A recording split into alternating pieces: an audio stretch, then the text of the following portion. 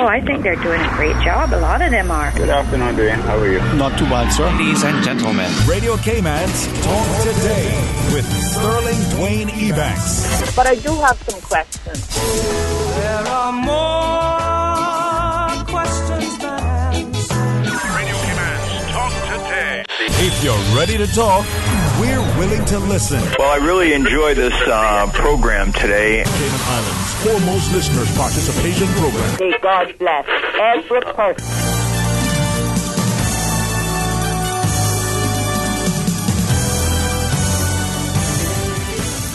Hey, good afternoon and welcome, and thank you for joining us. Today is truly an honor for me to be able to sit here and feature not only an accomplished musician, a radio personality, but a wonderful son of the soil, Mr. Roy Borden. So please stay tuned for Talk Today. Radio Cayman's Talk Today, the Cayman Islands' foremost listeners participation program. We ask our listeners to avoid statements or comments which are abusive, derogatory, malicious, or defamatory. Do not use any indecent language or make any statement which is false or misleading. Email talktoday@candw.ky or call 1-800-534-8255. Courtesy of Flow. Cayman's #1 network that connects you to your world like never before. Let your voice be heard. Once again, here's your host, Sterling Dwayne Ebanks.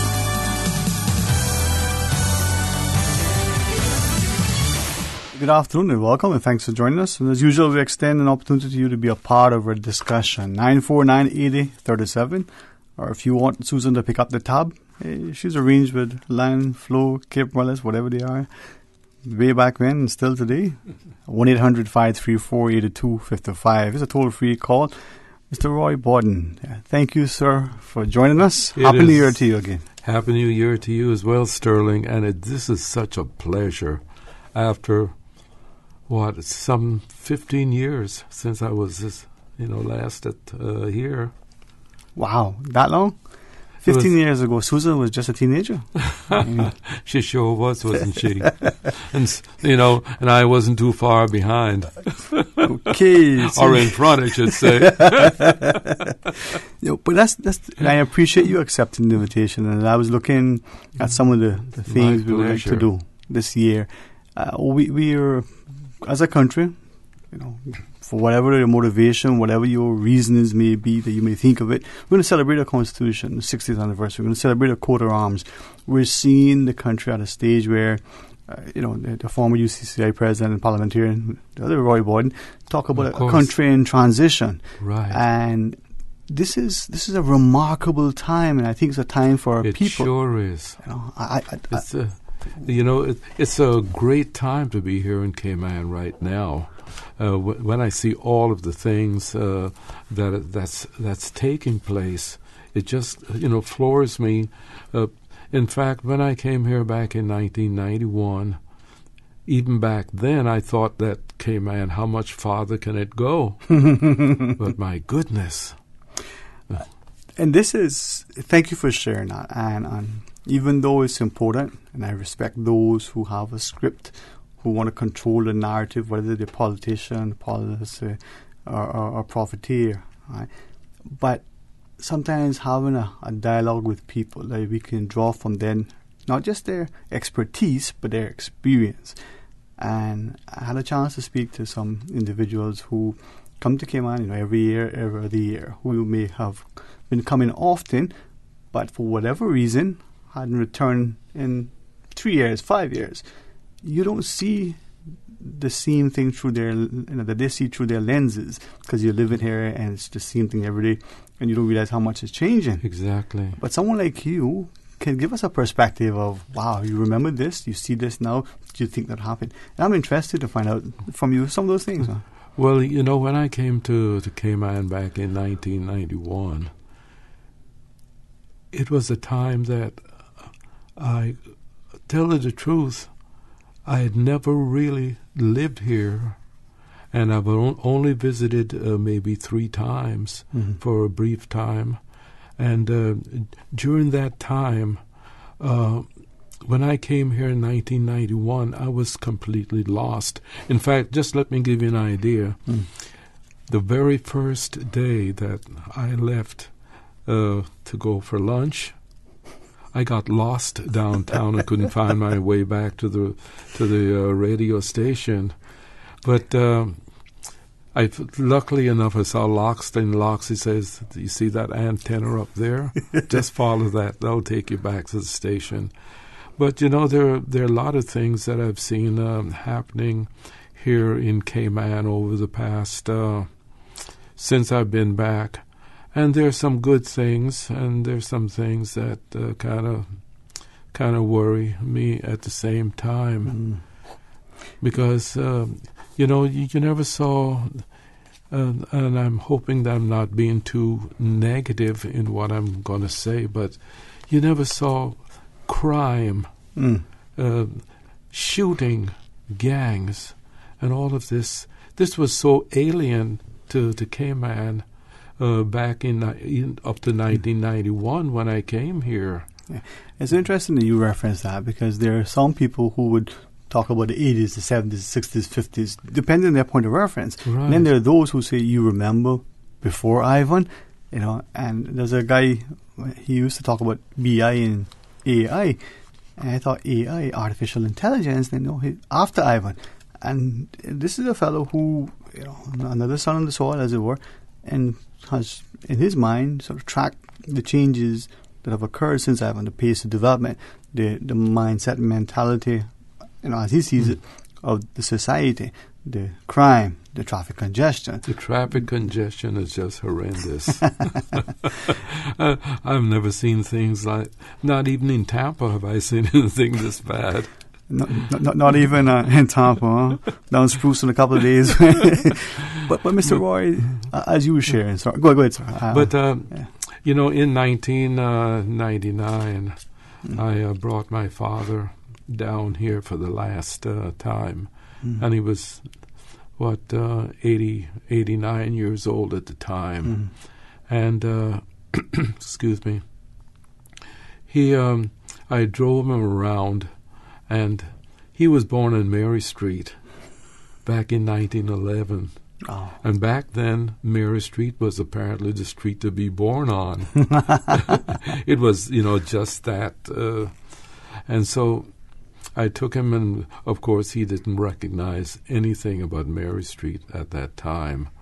Oh. But so I can see, with him not being back in Cayman for so many years and seeing the changes that had taken place, and then here it is. I'm coming back now, 15 years after leaving, and seeing changes that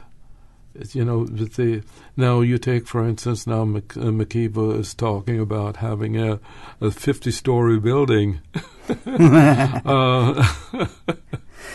But if you would, and only if you're comfortable. I do respect and recognize that within our people, maybe within people generally, we're not confrontational. We're very passive, very forgiving and giving, and we're very mindful that, I don't want to say that because that might make someone hurt their feelings and so on, right?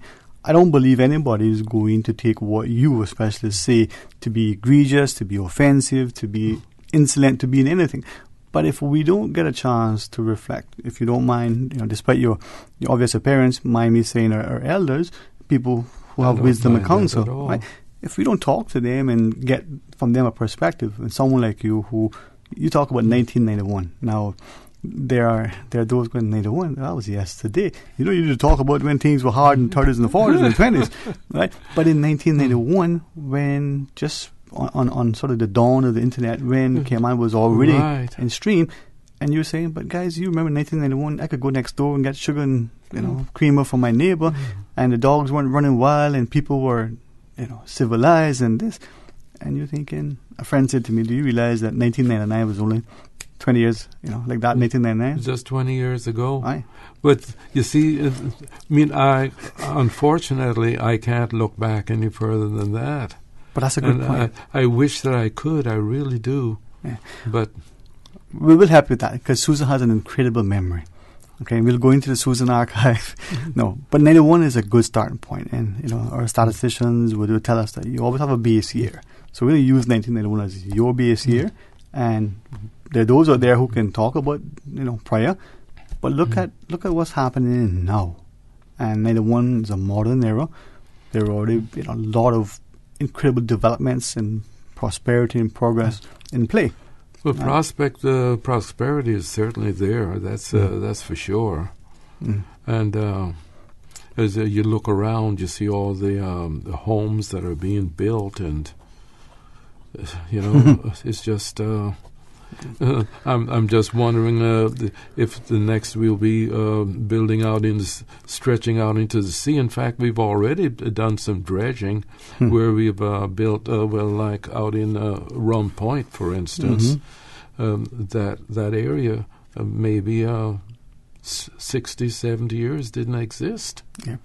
Well, that now we're seeing in discussion. Up in the Barkas area, in the Barkas 4 acres area. of seabed.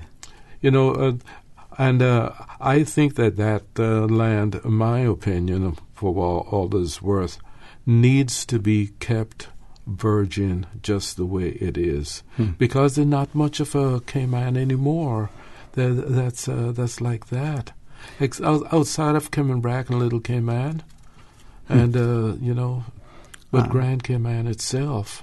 All right, Mr. Roy Borden is our guest. He'll spend as much time as he has and wishes, and hopefully we'll make him feel welcome. We will hopefully be graced by his incredible musical gifting, and but a chance, I think, for us as a people to tune in and to learn. We can do a social studies class, we can do history, we can watch a biography, we can watch a documentary, but if we don't talk to people who could give us an opportunity to offer perspective, how do we really learn? Right? So I'm grateful for that opportunity. For those that are out there and you want to share, 949-8037, 1-800-534-8255. Mr. Borden, if I may ask, for our people, Caymanians specifically, right, but people in general, but we seem to be reluctant. There's this great reticence amongst us to become political. Very much so. Why? Any idea? Well, I think that's part of the DNA of a Caymanian to be very, on a whole, I hate to use the word passive, but I think that to a great extent we are people that don't like to offend anyone, and so therefore we tend to keep our mouths shut. Even though I think there's a new generation coming up that might be a little bit more vocal than those in the past. Well, Mr. Borden, we may have a surprise for you, right? As we look at the elderly and the established and experienced, and the youthful and young and upcoming. A young gentleman who is away studying, and again, a very talented, what I believe to be a gifted young man when it comes to the arts. We've seen him on stage in different productions. Jevy, he says, Jevy with the belly. We may have a chance. There he is. We may have a chance to have him to join us if he has time. Now he goes to school in the UK, and something that I've always found to be rather unfortunate for those of us who schooled in the UK or schooled in the Caribbean. Christmas, you come home, you got school papers to do because you got exams to get back to when you return after Christmas. Right. I always found that to be, man, how can you enjoy your Christmas, right? So he was suffering, some would say, laboring very diligently during the school break. If he has a chance, he'll pop in with us and we'll get a chance to chat, give him some counsel, some guidance. Well, we'll see where he's at, right? Okay. But with that, now when we come back from our break, could we ask of you some more about Cayman? Talk about 91. Maybe you share with us, a little bit more about your father. 1911. Well, Susan wasn't quite born then, so we still have a point of reference. In fact, I'd like to tell you some things about my father. Yes, sir. We would like to hear that if you would. Yes, sir. All right. Sure. 949-8037. When we come back, we'll continue with our conversation with Mr. Roy Borden. I like history, but man, if I can get a chance to live vicariously to those who have experienced it firsthand, no better. Stay tuned for Talk Today. The only bad workout is the one that never happened. Make 2019 the year you commit to fitness. Let King Sports Center put you on the right track with their Get Fit 2019 sale from December 15th to January 15th. 2-for-1 Powerhouse Gym memberships for $600 or a single membership for $325. And call them to find out how you can take an additional $100 off this sale price. 946-5464 or visit kingsportscenter.com. King Sports Center, providing your fitness, recreation, and relaxation needs. Remember, fit is not a destination. It is a way of life.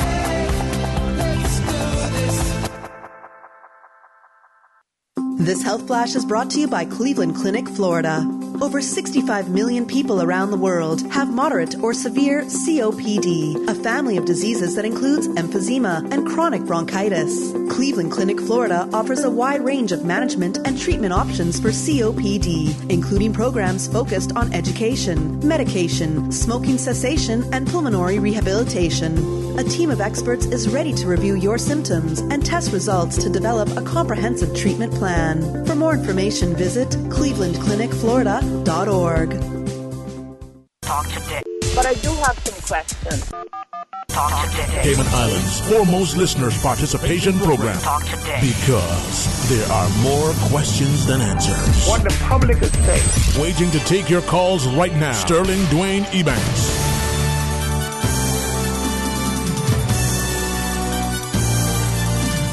Hey, good afternoon and welcome. Thank you so much for joining us. And I'm almost tempted to say, we got the experience and then we got Jeffy. But I won't do that.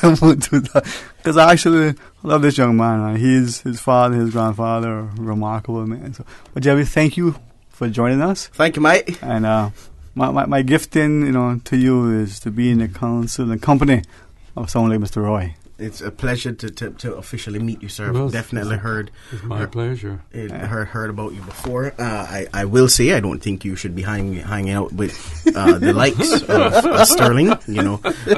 Your reputation precedes you, and you are doing nothing but just closing your reputation of goodness every minute you stay around Mr. Sterling. You see, that's the wonderful thing about this fellow. Not only is he eloquent and really talented, but his jovial nature and his zest and zeal for life, and I enjoy. Thank you. Honestly, man. And as we're gonna learn from Mr. Borden, Jerry jump in, because for those who know Jerry, I believe you give this permission from time you went off. He was away studying. Yeah. And he'll come back and he's gonna be the next best thing. I hope everything you say is true. I really, Amen. really do. That's our prayer for you, man. Thank you, man. Thank you. I say this sincerely, and I probably get in trouble with some people, but every single Cayman student who's overseas, let's see if we can put them on a prayer list. Let's see if we can reach out to them. Yes, and just check on them and say, hey, it means a lot. It means a lot, because we definitely spoke when I was away, and it was a big deal, because it's like, wow, somebody remembered, which is good. Yeah, and even though it's a 6.5 or 6 hour, whatever it is, time difference, it's still very, very you feel very appreciative when you hear from someone back home. Seriously, man, and I recognized that earlier, and Mr. Borden, I say that because someone said to me, and his mind is not unlike the seafarers getting a letter from home. Yeah. Right. It's very much like that. It may not be that you go into when I was there, you had to go to the post, right? Not at sea. I didn't go to sea. I went in the sea. We have no doubt. Mr. Sterling, we have no doubt that you didn't go to sea. Of me and my brothers, right? If they had an option, they would be at sea, all sea. They probably got salt in their veins. Me? No. We have no doubt. No doubt that you didn't go to sea. Just so you know. Just so you know. Thanks for clarifying, oh, no, I'll go out there. But I won't come back. On the shore? Oh, no, I love the boat, man. Yeah? Oh, yeah, Bobo. I saw you more of like a, land. But you see, the problem with me going to sea is that, I'm fearful what happened when I get into port. I'll come back home. Well, I think that because of my going to the United States when, just a month before my 12th birthday, I think that's more or less the reason why I never went to sea. I'm sure that even if I'd been in Jamaica where I was, I'm sure that I would have probably ended up going to sea. Wow. And because there weren't too many options back then for young men. Especially the young Caymanians. And, it just seems as if that regardless of where you were, even a lot of my Caymanian friends that were living in Jamaica that were my age group, they all ended up going to sea. Yeah. But I never did. Well, it's interesting. I mean, I just got a chance, and this is, I'm not forgetting your willingness to share a story about your father, right? But as I was walking back into the studio, a very good friend, he's the son of a seafarer, a remarkable captain, and he spent time, he's my contemporary, and he spent time at sea in a, formal sort of uniformed capacity. I don't want to, draw too much attention to him. But that is in our veins, that is in our DNA. I know. And all jokes aside, Jerry, if I have a choice between getting on a sailboat and taking a trip or getting on a 747, I'll take a catboat first. Over the plane. Any day. But just to see. I respect you for that, because the first thing I'm thinking about is what happened when dusk come and then mosquitoes start coming. That's cool, man. The breeze. But Mr. Borden, you talked about, and if you will, as you share about your father, the age in which you left there, and then when you've returned and the changes and now you're back. But the story with your father, and as many stories as you want to share. Okay, my father was born here in Grand Cayman. His mother was Miriam Parsons Borden, and his father Beetle Borden. And as I told you before, he was born on Mary Street. And Mary Street apparently was the street back then to be born on. He always told me that about Mary Street. And he went to Jamaica really when he was about 8 years old. Back then, of course, a lot of Caymanians were, if they could better their lives, not themselves, but their lives, their livelihood, maybe I should also say, they went to Jamaica. Which would be British Jamaica then, for those who don't know history. Right. British Jamaica, yes. Because Jamaica did not become an independent country until 1962. Prior to that, it was very much like Cayman, very much in the same position. But anyway, he started going to sea when he was 15 years old, and it was with one of his father's cousins, Captain Raymond Borden from Little Cayman.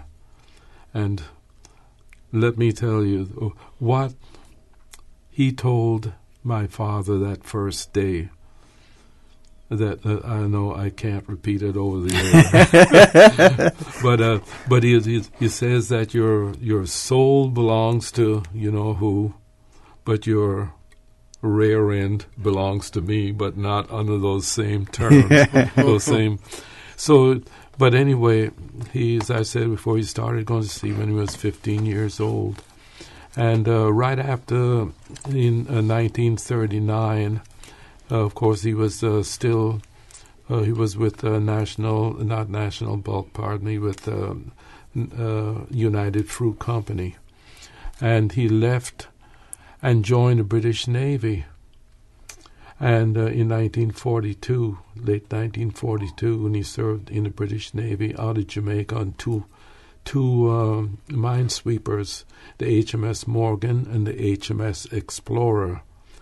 And he attained the position, mind you, the only Caribbean-born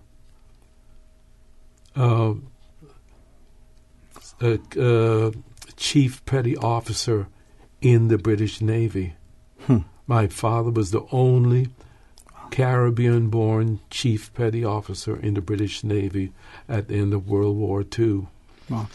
Then he became an American citizen through his what was considered service to the United States between 1939 and 1942, the early war years. And then he started working for National Bulk Carriers. He was the first Caymanian to work for National Bulk Carriers. In 1947, National Bulk Carriers was starting to expand rapidly, and they were looking for men for their ships. So my father recommended the Cayman Islands. Says, "Do you know the Caymanians? They are amongst the best seamen in the world, best seafarers." So National Bulk Carriers sent my father to Cayman in 1947 to recruit some men. Actually, the first 18 were recruited out of Jamaica, but if I'm not mistaken, 16 out of the 18 were Caymanians. And then they sent him a second time and a third time. And after that, of course, others took over the recruiting process after that. But my father was the one that got it all started. And as I listen to you, recognizing, Jevi, that whether it's in military service, we've seen, I'm grateful to people like Captain Dwayne Ebanks, Mr. Loxley, and others who share with us about Caymanians and their military service. But whether it's in military service on the ships, whether it's in national bulk or other seafaring, that seemingly innate ability in our people. But as you were sharing, Mr. Roy, your father rises. Because do you know something, that if it wasn't for the Caymanian seamen, there probably would not be the Cayman that we have today. Do you know it's a good possibility? Because, in fact, the banks were started because of the Caymanian seamen sending their allotments home, and there weren't any banks for them to back their money. I want to ask you about that now. Maybe we won't get into the economics and the finance part of it, right? But the first banking was the government savings bank. Right. And we see where we are now, and only because... Well, the government savings bank couldn't handle the volume of money that was coming in from the Caymanians, these Caymanians on National Bulk Carrier ships. Yeah, well, I'll share with you maybe in a second whether he want to be called a financier, whether he want to be called a financial whiz, whether he want to be one of the icons. However he wants to be. I'm not in that. I'm not in that league. That makes two of us. But that notion of where we were, where we are, and where we could be, right? Mm-hmm. But before I do, I was just reflecting as you were sharing that your father, he gets on with the British, military. He serves in wartime. He becomes the first Caribbean-born, not just first Caymanian. No, right? The first Caribbean-born. First Caribbean-born, that's right. Chief Petty Officer. Chief Petty Officer in the British Navy. Yeah. And I go back to some of the research that Ray Banker has been continually doing, and we share this publicly. They were referred as the Caymanders, right? These people from the Cayman Islands, they were described a certain way, and as you read the descriptions, you realize, hey, that could be my uncle, that could be my father. In fact, that might even look like my son.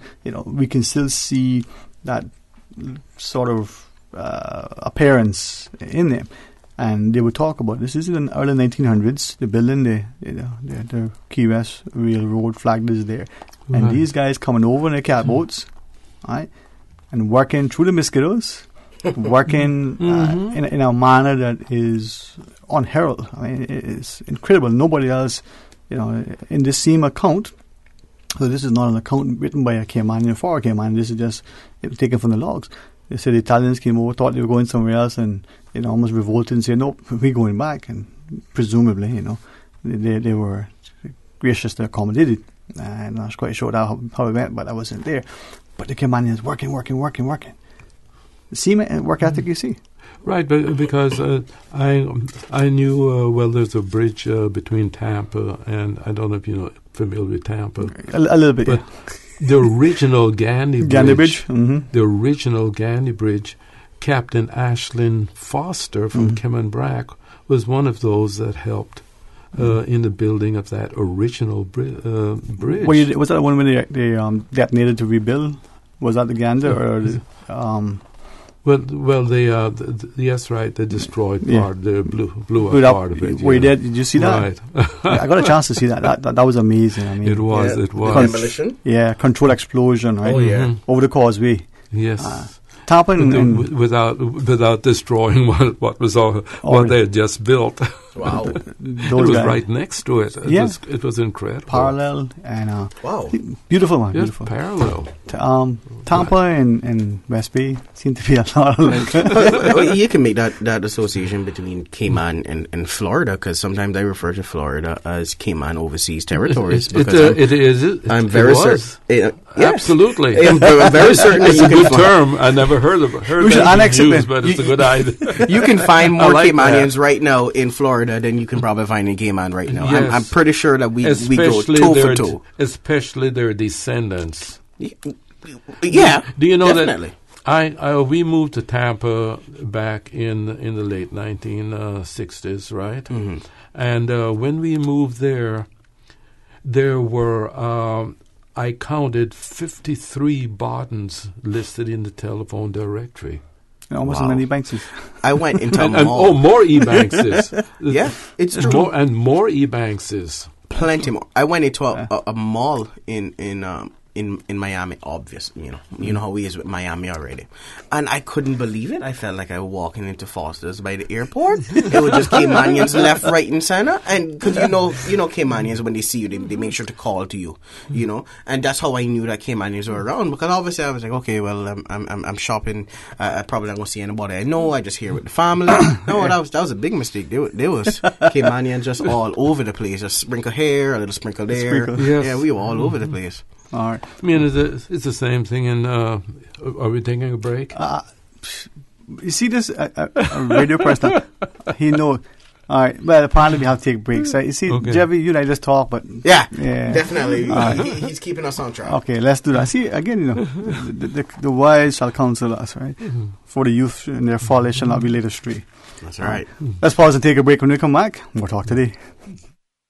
A caring and community spirit, cherished family and cultural values. These are some of the things that still embodies the Caymanian way of life in the Eastern Districts today. Savannah Pharmacy, your neighborhood pharmacy, located in Countryside Shopping Village, is delighted to offer products and services of real value. Whether it's catering to your family's medical needs or carrying apparel, gifts, and beauty products, Savannah Pharmacy provides you with more than just prescriptions. Remember, they're always just around the corner with everything your family needs and convenient opening hours, including Sundays and holidays. Savannah Pharmacy. For more information, call 946-3336.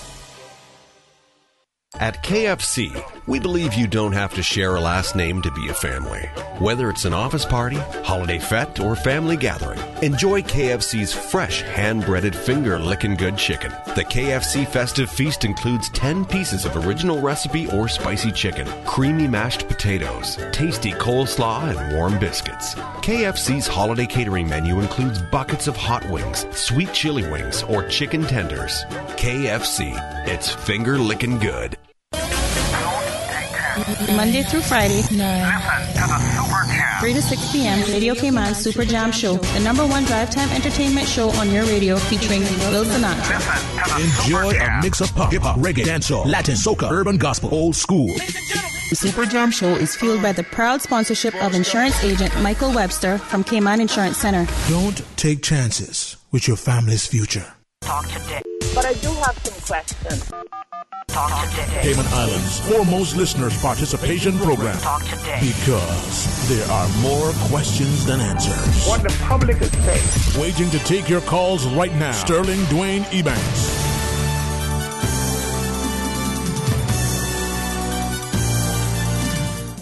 Hey, good afternoon and welcome back. Thank you so much for joining us in the studio. To be able to assist us today by. Now, I was thinking, how do we introduce Jevy? Because he likes to say Jevy with a belly, but I mean, like a muscular frame that he's. We could introduce it as the better version of Sterling. There's so much, so much different options that we could new and improve. Actually, the hair, except the glasses, though. The glasses. Yeah, I don't like the color. You don't like the clear? No. You know, it's been a hit or miss. You know, and it's a miss. It's been a hit for a lot of people. But I'll tell you this: it's been a miss for you. It's also been a miss for my parents. They're like, see, but they got taste. You see. I mean, really? That's it's funny how you should say that here. So, all right, lucky we out here. And Mr. Roy Portney. By the way, just let me say hi to my wife, Reva. Reva came in with just this morning. I had to take her to the emergency at the hospital. She was had a bad cold and coughing and sneezing and all that stuff. And of course, normally, it's been said here in Cayman that if you see Roy, you see Reva. If you see Reva, you see Roy. We're always together. So she would have been here this afternoon, but she just wasn't up to it. Well, I pray she feels better. But I should mention something about her also. So many things, but her great grandfather, William E. Rich, was the first child born in Kimmenbrack. Wow! So she's got a right after Adam. Yeah, like Adam, right? Sterling, not today, man. Not today. But her mother was one of those what they call Jamaicans, those Jamaicans of German background, German heritage, and we've December 2nd, we celebrated our 62nd wedding anniversary. Wow. Congratulations, sir. Congratulations. No, Jeffy, I've known Mr. Warden for a long time, and many times got a chance to chat with him. And look at the youthfulness, right? Yes. To be married 62 years. I want to ask him what is the secret? He always gets in the last word, yes, there. That's the secret? Because if that's the secret, I think we can all learn a lot. That could be one, but there's it's hard to explain the. I wish I could really explain it. It's difficult. Could I share an observation, right? So this is just me. Hopefully, I don't be intrusive, but you chastise me, right? My parents wouldn't hesitate to tell you to go right ahead. I watch Mr. Roy's lovely wife from a distance, and they look like little teenagers, that blossoming infatuation and love, and hold their hands, they're talking, and it's just this comfortable, genuine, very loving, endearing nature, right?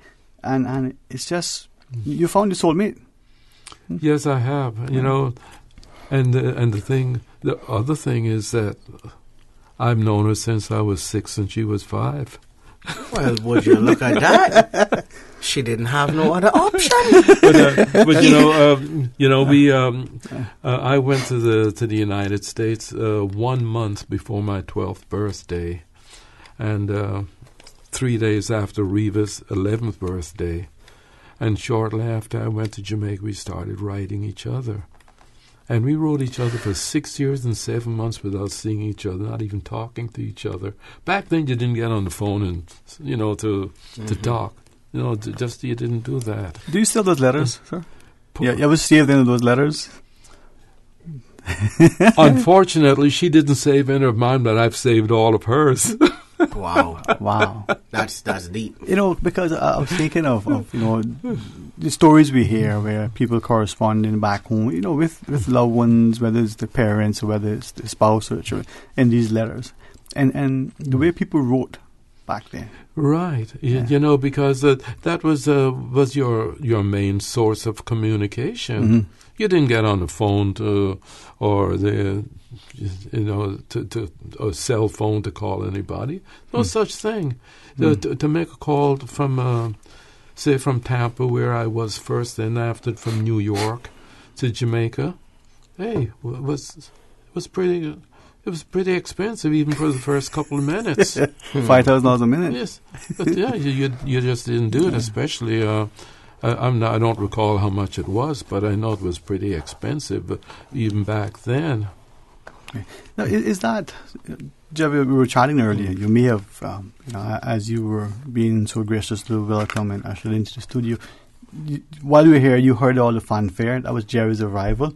I mean, when he came in, it's like the whole place. That was a distraction. It exploded. See, he looked at me. He said, "Is that an earthquake?" I said, "No, that's Jerry's." That wasn't Jerry. First of all, let's explain what the earthquake really was. I scared Susan. So let's be clear, because as you pointed out, I lost weight since I came from the UK. So the earthquake, not me no more. It is. No, it was a thunderous applause. Man. Yes. I never seen Susan move that fast. Susan was trying to fight. No, man. But the notion. I want to go somewhere else now, Jeffy. See you. But those who are listening, Jerry joins me as we have a wonderful chance to chat with Mr. Roy Borden. When we come back, just a heads up, maybe when we come back from our headline news at 1, Mr. Roy can grace us in some song. But before we go there and we're talking about our history and our ancestry, we were reflecting on the fact that Caymanians have and are all over the world. All over, right? Yes. You talk about, and I want to notice, I credit Ray Banko. I tell you the truth, he is, to me, should be one of those cultural ambassadors, if there's such a term, because not just of his intellect and his interest, but his tenacity. And as he's researching the biological, the DNA, the historical record, we're seeing that Caymanians and the German connection in terms of ancestry, Caymanians and other ethnicities, and it's amazing. It's right. Amazing. By the way, I should also mention, you mentioned Ray. Mm-hmm. His grandmother was my father's sister. Ah. Okay, I did not know that one. His on his mother's side? On my father's side. On your father's side? Yeah, my father's sister. Your father's sister? An older sister. Right. An older sister. So Ray's grandmother on his mother's side? Right. Okay. On his mother's side. On his mother's side? Right. Right. His mother, Millie. Mm-hmm. Okay. See, Jeffy? You learn something every day. And we were always thinking that Ray may have been dropped from, that planet we have above, but now we know. Looking at between the two on, Sterling, I'm very certain that you were the one who was dropped off. Caymanians, you can look at someone and say, "Oh, that look like a Caymanian." You look at Sterling, you're like, he look like E.T. That's exactly what it is. You think so, huh? A little bit. Just a little bit. Like Cayman extraterrestrial bodies.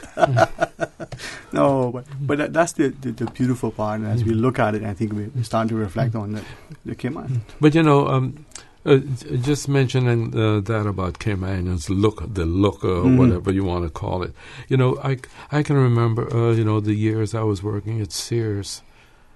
And a lot of Caymanians would come in there, and even before I heard their accent, I knew they were Caymanians. There's just something about the look of a Caymanian that you know they were a Caymanian. Yeah, you know. Just trust me. Now, I can tell the Caymanians up there. Now me, some want to know if I'm Chinese, or if I'm Filipino, or if I'm Japanese. I'm everything else, but I says, no, I was born here. I've had people here ask me if I'm Chinese or Filipino, or I says, no, I was born in Kimmenbrack. My parents. But see, that would explain it. Oh no, that's two from the Brack now. You know what? Them Brack is going. Travel to the Brack if you mind. That is it for you. They're gonna take your passport away. Oh my no, but honestly, that's the beautiful part about this country. You know what I mean? And whether you were in Little Cayman, Kimmenbrack, or West Bay, it's just a beautiful place. I will say this though: you always hear of older persons who grew up in Grand Cayman or Caymanbrack, but you don't often hear those stories from Little Cayman. Or it could just be that I'm not hearing the stories either. Yes, it seemed like Little Cayman was always like a little in transit stop. I don't think I've really met a Little Cayman yet. I just looked at a couple of them. Yeah? They exist? There are a few. There are a few? Yeah, okay. there's still a few that exist. Jack Ebanks, who died some years ago, he was the only person living in Little Cayman at that time, back in the 1990s, that was actually born in Little Cayman. Wow. Yes, he was the last. He was born? Survived. Where you were born? He was born in Little Cayman. Jack Ebanks was his name. And he was the only child there living on Little Cayman at the time that was actually born there. There's no way he could have get in trouble. Who are you going to give trouble with? Think about it. You're the only one in Little Cayman. You just said you were born in Little Cayman. I didn't even know we had a hospital in Little Cayman. Can you imagine that whole island, his playground? Can you imagine? Man, you know trouble you could get now? But if you have the entire country as your playground, you're not getting in trouble with your parents. You're getting in trouble with the government. Like, this is government land over here. You can't do that. All right. Well, when we come back, Mr. Roy, as you feel led, and certainly we would be most grateful, you share with us in song as you want. Whether you give us a narrative, we leave it to you, right? Sure enough. And for those of you who are listening, you got many choices, and we appreciate you tuning in and being a part of our, discussion. 949-8037 or 1-800-534-8255. Jeff is going to counsel me, make sure that I can benefit from that education that we've invested in. That's Mr. right. Roy is going to try to keep us in line, but boy, he has his hands full. He does. Stay tuned to Especially Talk you. Today. I'm glad. Radio Cayman. Radio Cayman's newsroom. These are the biggest stories right now. Two notices are posted this week that brings Cayman in line with the European Union sanction orders, the Burma and Somalia Overseas Territories Order 2019 and the Chemical Weapons Sanctions OT Order come into force tomorrow. The first includes specific measures in relation to equipment that might be used for internal repression in those countries and also include measures to enable the freezing of assets of certain groups designated by the European Union as responsible for, quote, serious human rights violations. Good afternoon, I'm Dion Anglin with your headlines and news elsewhere. An 18-year-old Saudi woman who fled her family at the weekend has reiterated her plea for asylum in Canada, the United States, Australia or the UK. Rahaf Mohammed Al-Kwan refused to board a flight from Bangkok to Kuwait on Monday and barricaded herself into her airport hotel room. She said she feared her family would kill her for renouncing Islam. She's now staying at a Thai government shelter while the UN Refugee Agency assesses her case. Her father and brother have arrived, but she's refusing to see them. A 20-year-old man has made a comprehensive confession that he was behind a data breach affecting hundreds of high-profile Germans. Styling himself God, he published private information about politicians, journalists, and celebrities on Twitter under the username @_orbit. Investigators said the man was still in education and living with his parents. About 1,000 people were affected, including German Chancellor Angela Merkel. And Amazon, formed 25 years ago, has eclipsed Microsoft to become the world's most valuable listed company. The online giant was worth $797 billion when the U.S. stock market closed on Monday after rising 3.4% and moved past Microsoft, valued at $789 billion. That's a wrap of your headlines. I'm Dion Anglin. Radio Cayman, the voice of the Cayman Islands. What's happening in your community? News and information, music and more. You can find us. www.radiocayman.gov.ky. Like us on Facebook and follow us on Twitter. Radio Cayman is your choice, your voice for today's biggest news. Radio Cayman.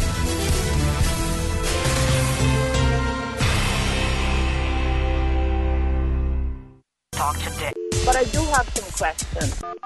Talk today. Cayman Islands' foremost listeners participation program. Talk today. Because there are more questions than answers. What the public is saying. Waiting to take your calls right now. Sterling Dwayne Ebanks.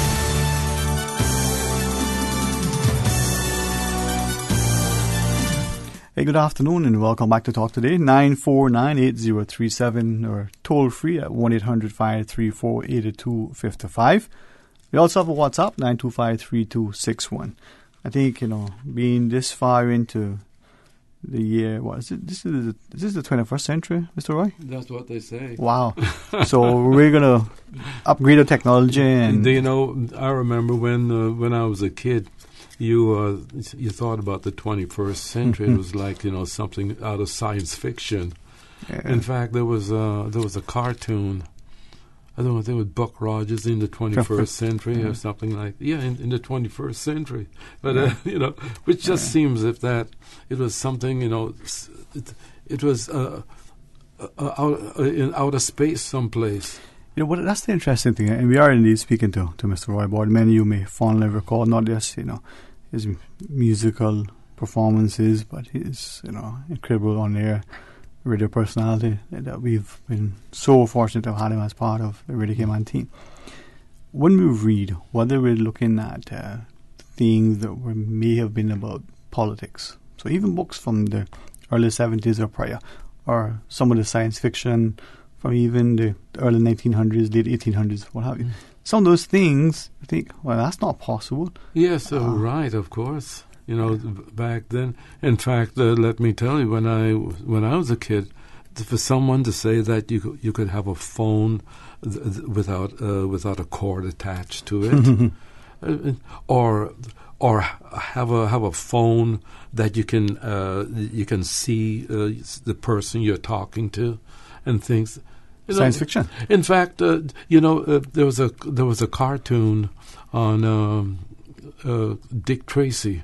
Was the detective, and he had a wristwatch that had that he could see whoever he was talking to, and so of course, you know, that was strictly, you know, cartoon. That was back in the 1940s. You didn't say, oh, that's okay, you know, you can in the movies you can do anything, or cartoons you can do anything, but in real life you can't do that.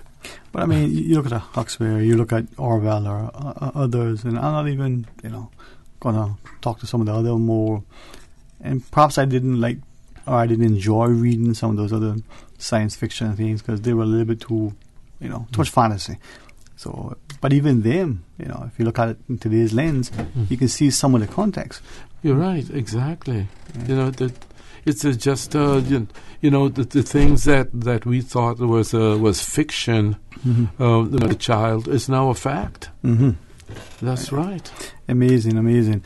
And now, Jeff, you know, as we even getting on a plane and flying, say for instance, from Cayman to Tampa in an hour and a half. Gosh, wow! You know, that wasn't.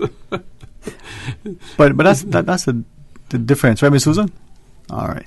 And we look at even not just the mode of transport, but the way we travel, you know. Maybe what we were expected to wear. At least coming from Cayman, you dressed up when you got on the plane. Right. Yeah. You know something? I remember that when we traveled, you know, we wore our Sunday best. We wore our Sunday best because it was just as if you know, we were going out to the biggest function there was. But but we were speaking a little while ago about Caymanians being, you know, so widespread worldwide. In 1956, my dad had to go to Norway to bring this ship back to the United States. While there, of course, it was a small town, and the news papers had this story in Norway about this ship, this crew coming to take this ship back to the United States. And they happened to mention my father's name, Captain Del Barden. This fellow came down to see my father. And this was 1956. And he had left Cayman in 1909 and had been living in Norway all of those years. And when he saw the name Baden, he realized it was a Cayman. You know, who else? That's the name that's associated with Cayman, like Ebanks, right?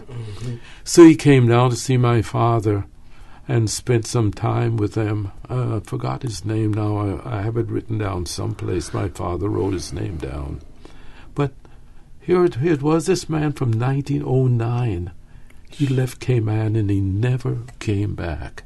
Wow. Spent, at that time, of course, he was an elderly man in his 80s, and living in Norway all of these years. I remember, obviously not that same time difference, but I remember like going to primary school or even in middle school, students who left, who never returned, and I'm like, you just never returned. Like never, they don't have the accent. They don't know anything. They don't, and it's like a part of me felt kind of ashamed. I'm like, what did the society do that forced someone, or I shouldn't say forced, made someone feel that they want to leave and not come back? And it was very eye opening. I'll mention that to you in a second. I thought on that too, because we almost sort of were broaching that during the break, right? But Mr. Roy Boyden and Jerry joins us. We do have a call online. The phone lines are open. I think we got 15 lines into the studio. Only 4 work though, but that's good. That's not true. 949-8037 now the toll free. Let's go to our phone, Miss Susan. Hey, good afternoon and welcome. You're on Talk Today. Yeah, I'm enjoying the conversation. You all are covering just about the full spectrum, and if Roy's not going to sing, maybe I'll sing. Huh? I was hoping to have got you before you left, but anyway, you should sing too, man. Anyway, the part about Caymanian being everywhere. There's a story that many years ago, early in the last century, a Caymanian went to, I think, Shanghai on a ship. And he was walking down the street, and he thought to himself, he says, I don't think that I'll see any other Caymanian over here. And apparently, somebody, a fast walker was coming up behind him. Usually Caymanians walk pretty fast, and he was whistling the monkey boat melody. But, the thought went through my mind, in the boom days of Florida, there were probably more Caymanians contributing to that process than there were Floridians, because they had to bring workers in from all over the country. That's true, very true. Caymanians worked on the Florida Railway when the overseas highway, that is the highway to Key West, was I think it was 1932 that the actual railroad was washed out, but Caymanians had worked on that aspect of building that railroad into Key West, which was a humongous task. And right down there on Davis Island, Caymanians, I would think, build right. Yeah, there were probably about 50 or 60 Caymanians working on the dredge down there. Dredging on Davis Island. Yes, right. The same thing happened up in further up the coast, up in Dade County and Miami, Florida. All that. If maybe you're not familiar with, but Hollywood Beach and Golden Beach. They were Caymanians who could tell you more about Golden Beach than you knew if you lived there. I mean, they really made Caymanians were all over. We probably still are. There are probably still a lot of Caymanians scattered around the world doing various things. I mean, just recently we brought, that is the Veterans Association brought a Borden, Clarcy Borden's son, Clarcy Borden's son, home as a guest speaker at the Veterans Gala, and he is holding a very high position in the Pentagon. He's all over the world, checking on this and checking that, and it is, I think it has to do with cyberspace that he is involved in. So, Caymanians have, been around and still around. And still around. If I can add to what he said, a lot of persons here, while I'm away at university and I'm studying film and TV, and they also know he's in a very far part of England. I don't want anybody to think I'm the only Caymanian there. I was surprised when I went there. There were other Caymanian students already there, and even in the field that I was doing, there's a Caymanian up there in her second year of film and TV production, and I was mind blown because, we coming from such a small country that even though the number seems small, three students from Cayman found their way all the way over in Bradford. It's not like going to London, where he's like, oh, it's a quick 8-hour flight. This is an additional journey. And somehow 3 Caymanians found their way there who never, who maybe have crossed paths once or twice before, but had no idea that each other was going. And what was even more surprising to me is that, I expected to see, a lot of other nationalities, Jamaica, Trinidad, etc. And to be honest, in my particular area in the UK, I've met 2 people from Jamaica.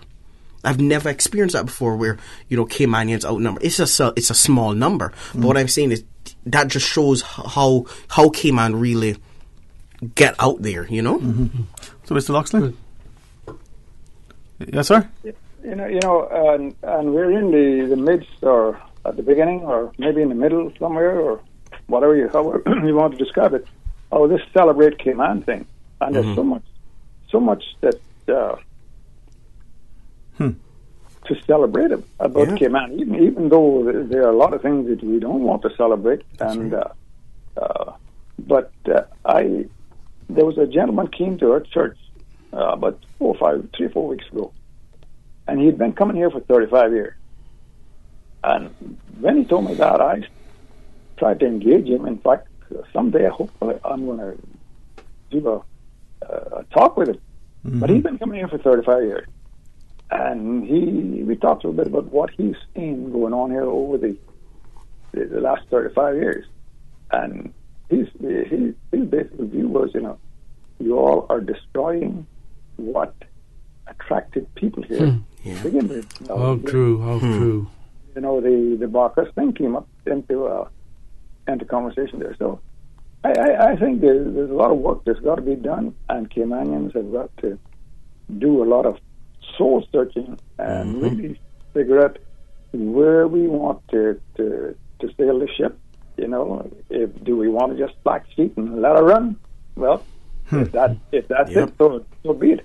Or do we want to tighten them down and keep her into the wind so we know where we're going and we know what we're doing, and we can sustain a bit of what has been created here over the last I'd say 60 years.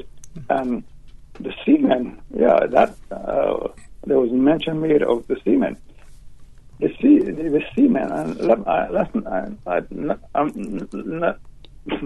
what do I want to say? I don't want to say the seamen, but let's say the maritime has been what has underpinned all of what has transpired over, if you want to put it, from 1503. Mm-hmm. But the maritime, and of course a big element in that maritime was the seamen. Now, but just so we don't misunderstand, that seaman angle didn't really start with Southwell. It started way, way, way back there, because before Southwell there was Swanee, there was Tat, there was banana supply, and you mentioned, I think Roy mentioned United Fruit, there was Standard Fruit, and Caymanian, and then there was probably at least another, actually half a dozen small companies basically running bananas between Central America and all the East Coast and West Coast that Caymanians were working with and sending remittances back home here. And really, you mentioned about the bank, But Loxley, wouldn't you say that national bulk carriers probably played the biggest role in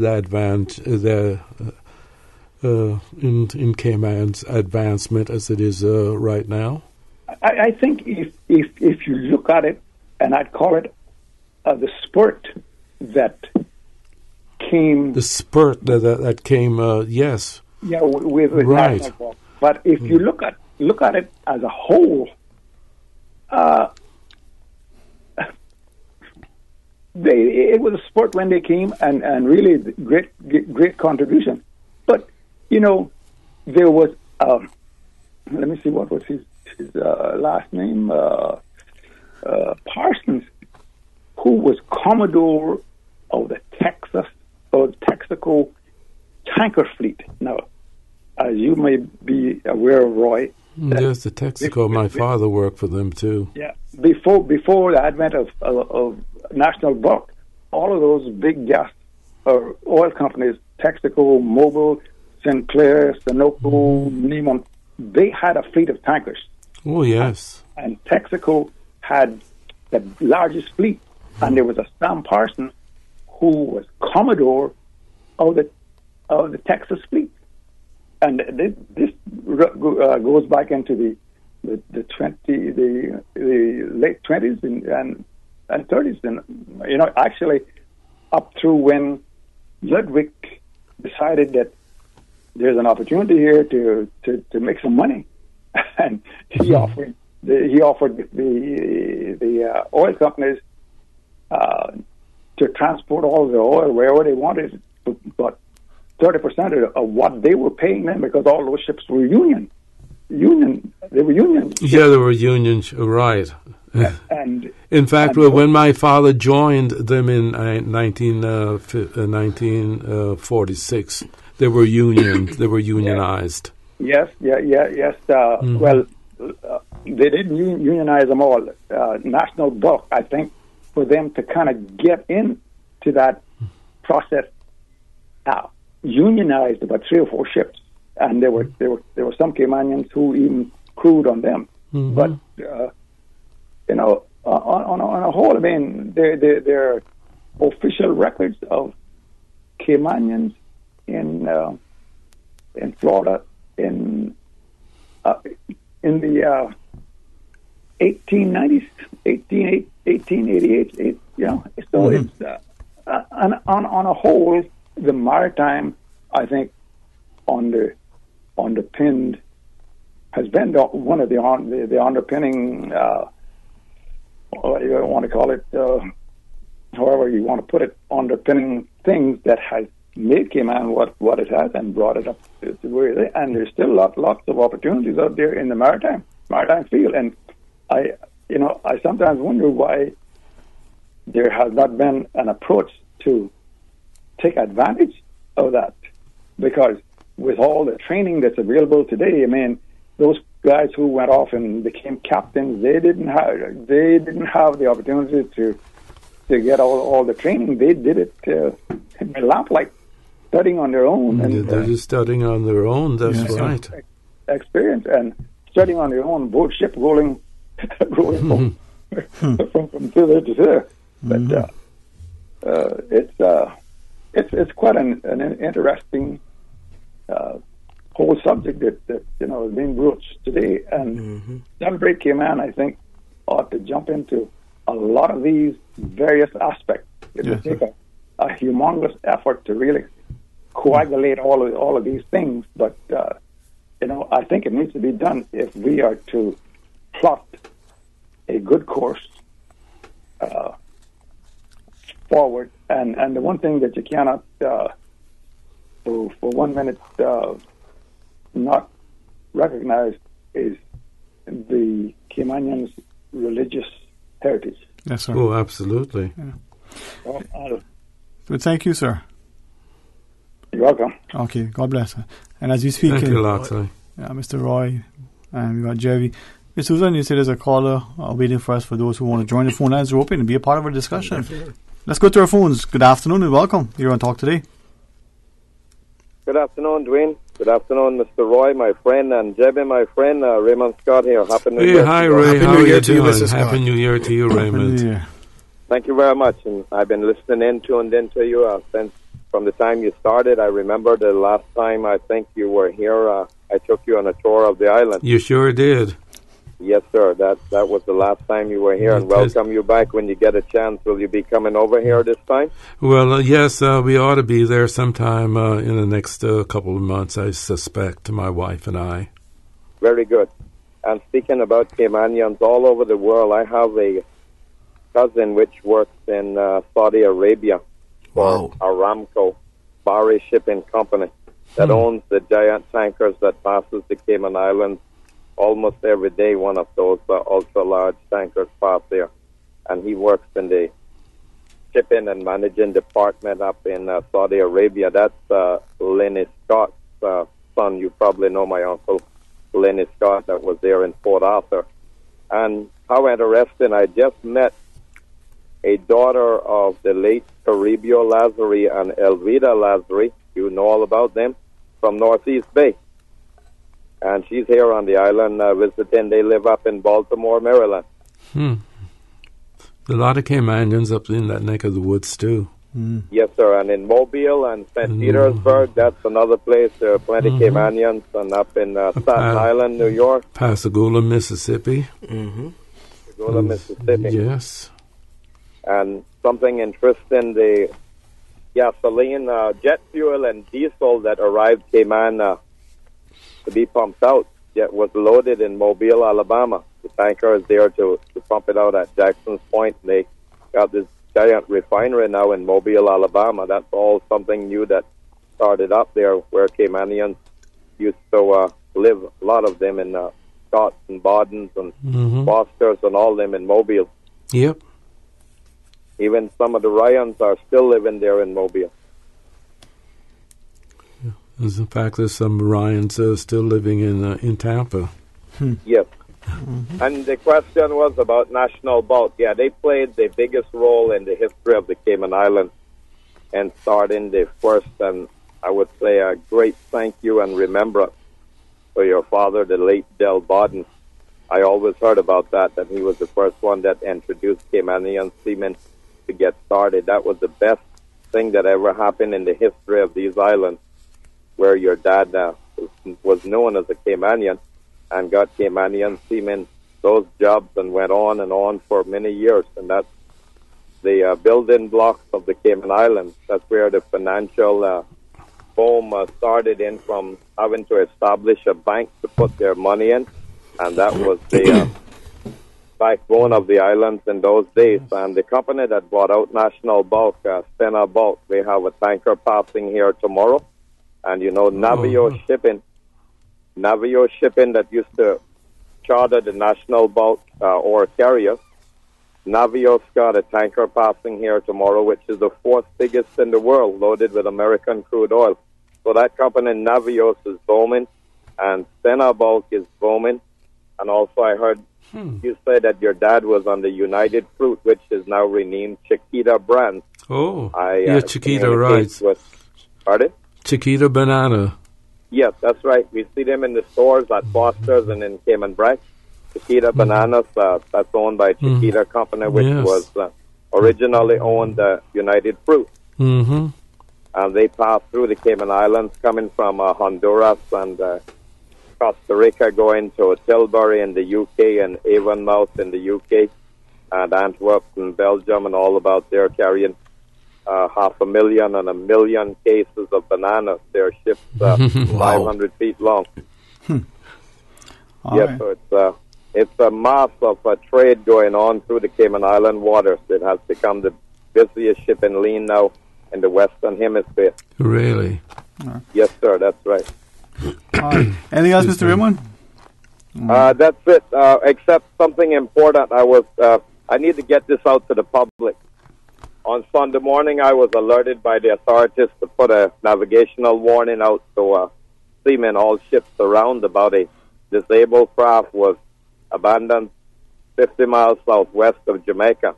But we have been unable to find out if it has been located or if it's still a navigational hazard. And last night I was up till midnight, and 1 o'clock this morning putting out warnings to cruise ships going to Jamaica and all that, for the safety of life at sea.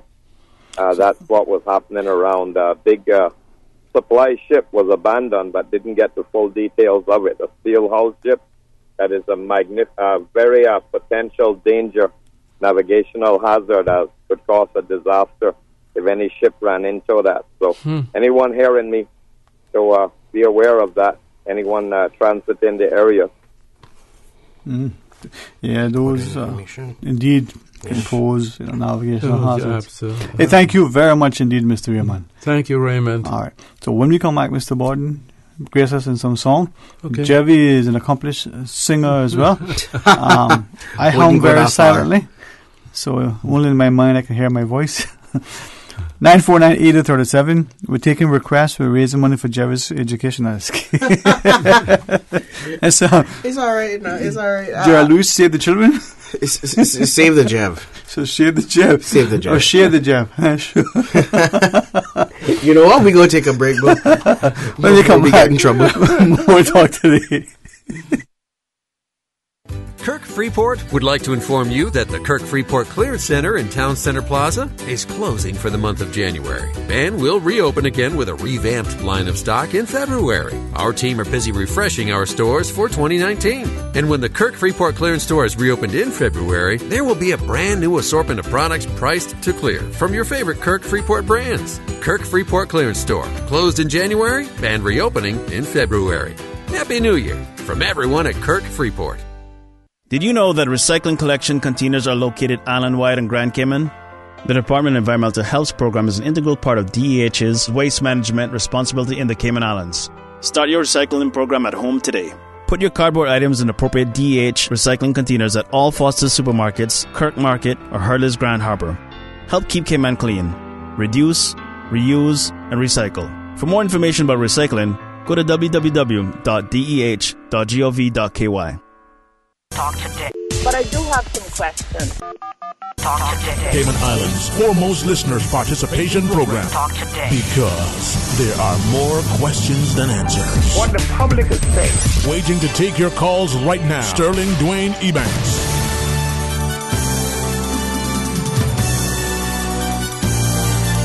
Hey, good afternoon and welcome back. Thank you for joining us. And yes, it's a bit of a history. It's a focus on our culture.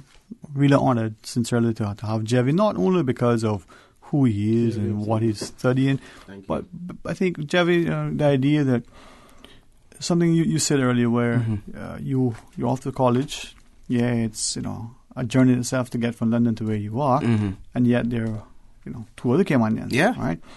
And unfortunately, I think, and hopefully this doesn't affront, anyone, they don't see us in the front in any way. If anything, maybe it's an indictment against us as a people, right?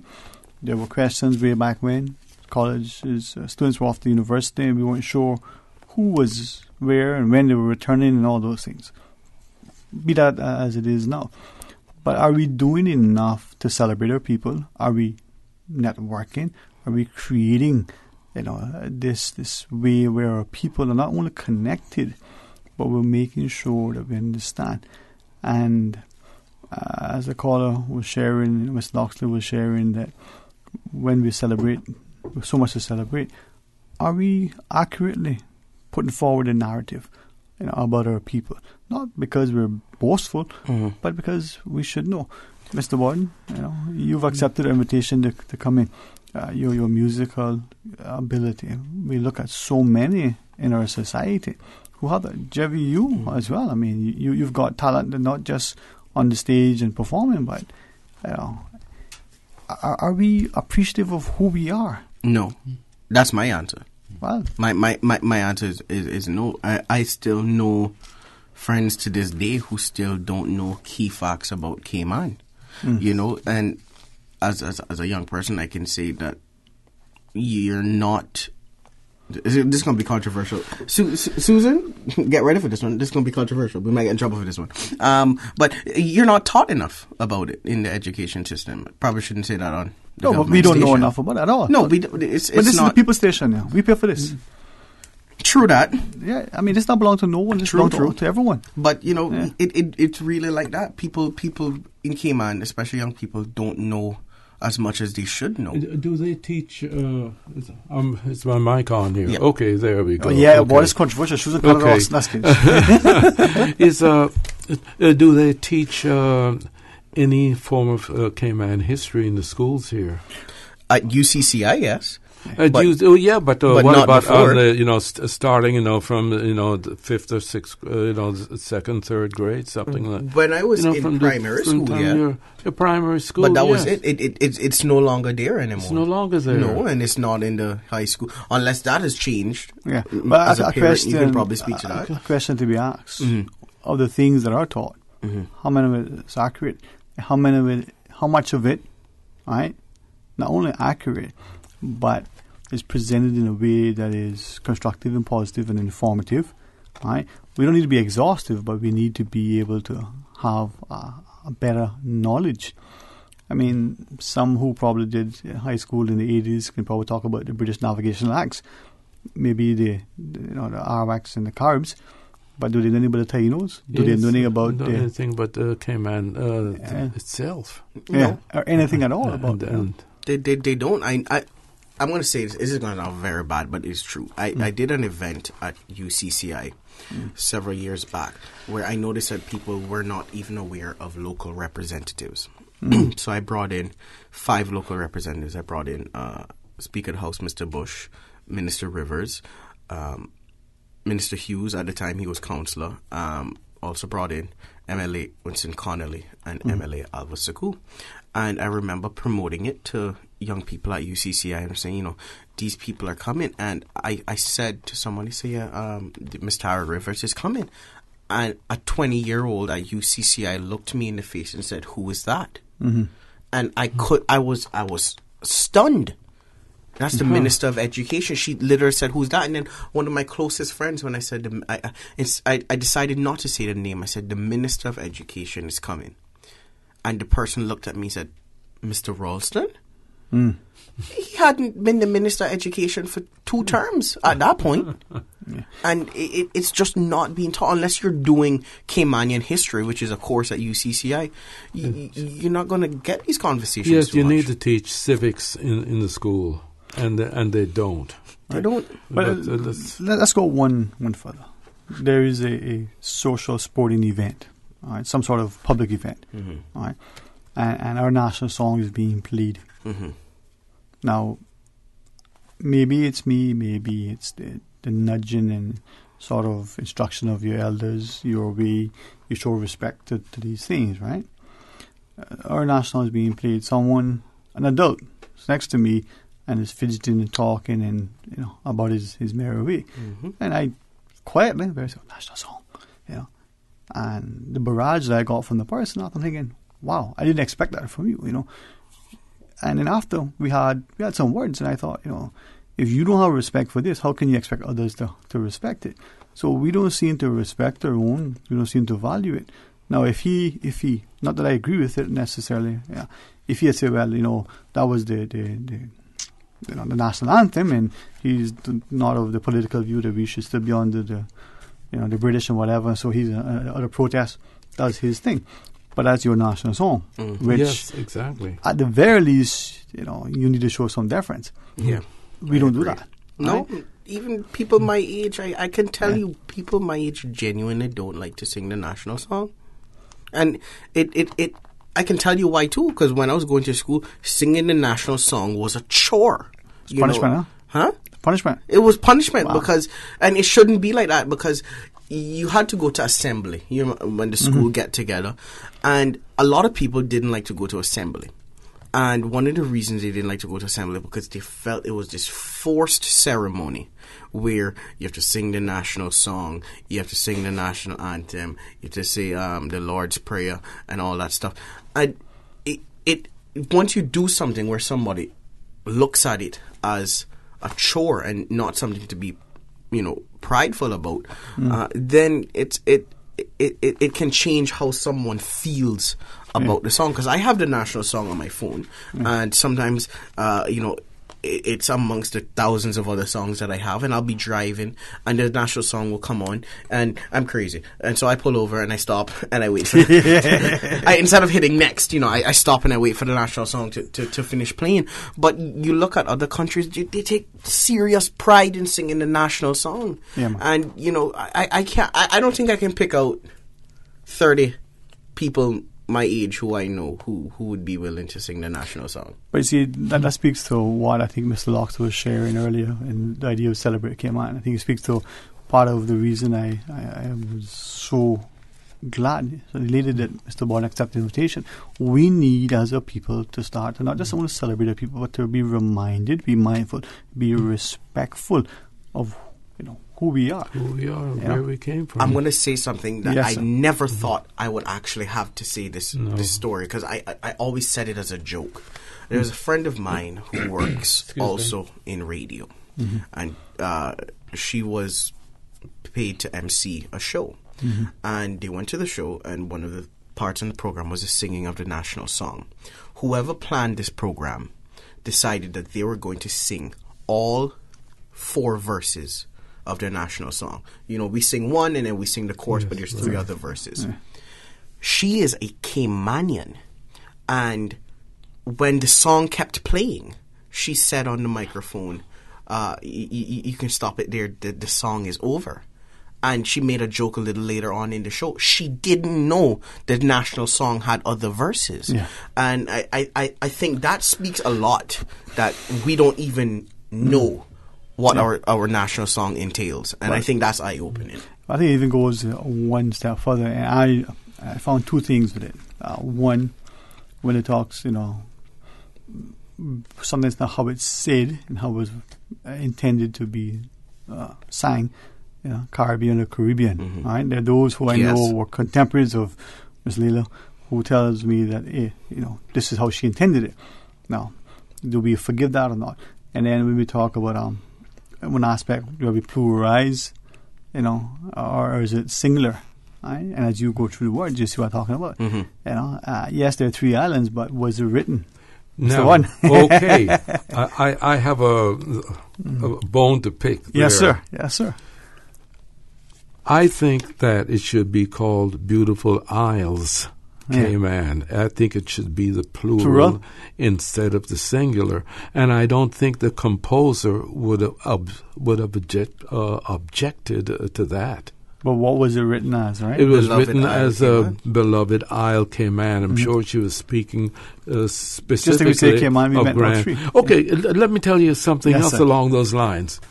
When up to the time I came to Cayman in 1991, when I spoke of Cayman, I referred to all 3 islands. And if I wanted to pick out Little Cayman or Cayman Brac or Grand Cayman, then I would say Grand Cayman, Cayman Brac, or Little Cayman. Yeah. It wasn't until I came here in 1991 that I realized that Cayman was Grand Cayman. Yeah. You for those who are maybe just joining us, I know you referenced it earlier, so just so that the clarity they don't miss it. You were born here, you left, and then you didn't return until 1991.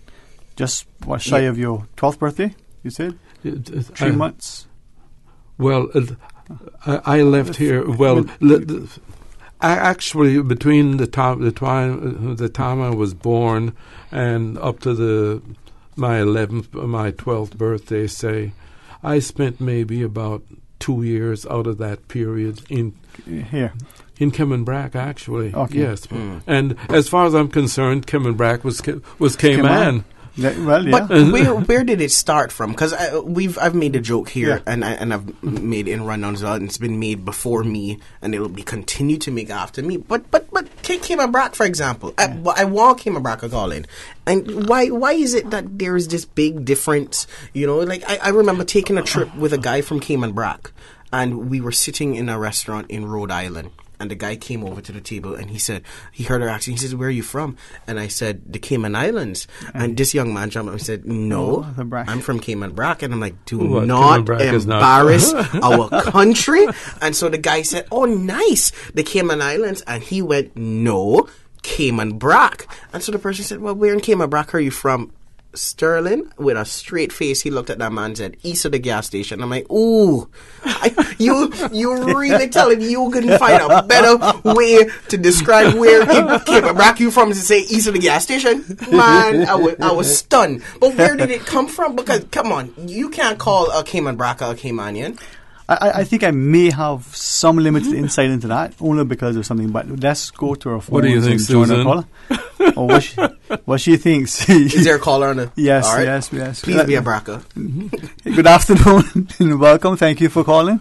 Good afternoon, Mr. Sterling, and good afternoon to the your panel. Yes, Good afternoon. Mr. Roy Borden, and this is Georgette Ebanks Hurston. Hi, Georgette. Hi, Miss Yeah, Georgette. this is Bruce's sister Georgette. I know Bruce quite I quite know well he said since you all slept in the 1951. same bed and all that, and how kind your father was to him. But this is what I want to say, because I know time is of the essence, limited. I get very upset when our national song is being sung, and people, they do anything, most not even paying attention. I agree with you wholeheartedly, Miss Georgette. We were in school, 100%. Because, Mr. Roy, I'm much older than you are. I'm in my 92nd year. Well, you're only 10 years ahead of me. Well, God bless you. And can you wait for me to catch up with you? Anyway, I knew Miss Leland Rothschild. She was my dear friend. I spent hours upon hours at the library with her. The beautiful stories she used to tell me, and I'm sure she would not be offended if we said beautiful Isles. I'm sure she wouldn't be offended. I don't think she would either. But I wish that people would when it's being sung, they would stand at attention. When we were in school and it was God Save the King in those days, because that's a long time ago when I was in school, and we had to stand with our arms at our sides and That's look right. straight ahead. Straight ahead. So God bless you, gentlemen, and your family members, Amen. and thank you for giving me, as I always say, all this time to run up my mouth. God bless. Thank you, Georgette. It is a pleasure. Always a to hear pleasure from talking Miss to. Always a pleasure hearing from her. It always is, and I've honored that. This is the power not only of radio, but the incredible reach of Radio Cayman specifically. Yeah, and her brother Booth, my father helped him to get on national bulk carriers back in 1951, and that's another story that I can't really go into. It's too long. Right. But it was Brent, Brent Bush? Yes, sir. Brent, Brent is my second cousin, actually, yeah. His mother and my father were first cousins. But the two of them were on some other ship, and my father, there's a I don't want to go into how he got them off the ships and onto national bulk, but anyway. Well, what I'll do, I've known both Booth and Brent, of course, since 1951. Yeah. Let me share with you a quick WhatsApp that came through in relation to the national song. It says our national song has been redone by Miss Leila's great-granddaughter, Lisa Arch Scott. It now says Beloved Isles. Cayman. Okay, great. And it was presented at the ceremony celebrating the coat of arms. Wow. Now we have it here at Radio Cayman, and I remember listening to Mr. O.C. the other day. He was talking about it. Now that is a discussion that I've had with a couple of people, gifted Cayman musicians like yourself, contemporaries, as Miss George shared, of Miss Leila, some of her students and the like, and little things to that. The idea that we need to respect who we are. What we are, where we're going, what it's going to look like. And I think it's a beautiful place, but again, it comes back to the countries and its people convictions, right? I think it's more than conviction. Like I think we need to be doing more to educate our people. I remember during the time that I was also on radio. They had the national what's the awards called? Heroes Day Awards, and I took one of my young cousins out, and he looked at the politicians on the stage, and he couldn't identify them, and I'm like, how is that possible? And this is still a young person who was listening to me on radio, and I said, but you listen to me on radio, but you still don't know. So I think we have to find another way to get people aware. Let me just check with Miss Susan because I'm so engaged. Oh, yeah. You see that sign, right? I'm glad the fingers are this way and not that way. She's saying, you got to stop talking. Yes. We got to take a break. We got to take a break. The guys that pay for us on the air. Stay tuned for Talk Today. This health flash is brought to you by Cleveland Clinic, Florida. Over 65 million people around the world have moderate or severe COPD, a family of diseases that includes emphysema and chronic bronchitis. Cleveland Clinic, Florida offers a wide range of management and treatment options for COPD, including programs focused on education, medication, smoking cessation, and pulmonary rehabilitation. A team of experts is ready to review your symptoms and test results to develop a comprehensive treatment plan. For more information, visit clevelandclinicflorida.org. The public has been advised of road works continuing today until this evening on the Esterly Tibbetts Highway near the Ritz-Carlton Bridge. Traffic heading into Georgetown will be affected and motorists will be merging into one lane. Drivers have been asked to proceed with caution as road work continues. That's a one-lane closure on the Esterly Tibbetts Highway near the Ritz-Carlton Bridge, which will affect traffic heading into town today. Final call for all exhibitors and market vendors. Stall sales are now available for the 52nd Cayman Islands Agriculture Show, Ash Wednesday, March 6th at the Stacey Watler Pavilion in Lower Valley. Take advantage of one of the most popular events in Cayman and book your stalls now. For more information, call 947-3696. That's 947-3696 or visit their Facebook page at Cayman Agriculture. Don't miss out on the biggest homegrown event of the year, the 52nd Annual Cayman Islands Agriculture Show. Exhibitors and market vendors, book your stalls today. Service, especially for you, especially for you. Four Winds Esso in West Bay, serving the West Bay community since 1969. That's over 6 decades of friendly, fast, super and courteous service. Be it for fuel for your automobile or equipment needs, or for that quick pickup of those last-minute items for your favorite meal. It's there for you at the Four Winds Esso Tiger Market. Taste enhancers, a grand variety of snacks and drinks, or that early morning sprucer upper, coffee. They've also got a grand selection of sweets and ice cream, headache and pain relievers, paper and picnic essentials.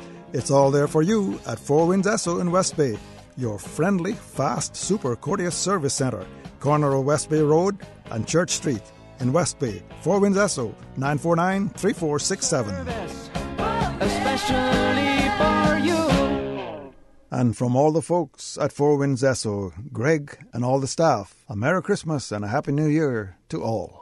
Having a party at the beach or a team building exercise at the park? Reserving your cabana is easy with the Public Works Department online booking system. Create your account and use the online calendar to pick your desired date and facility. You can even pick the cabana you want to use.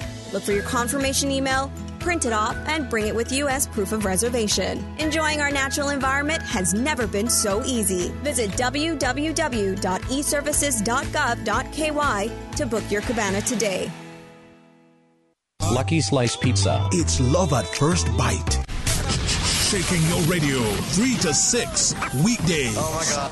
From Radio Cayman Super Jam Showdown. May I have your attention? Yo.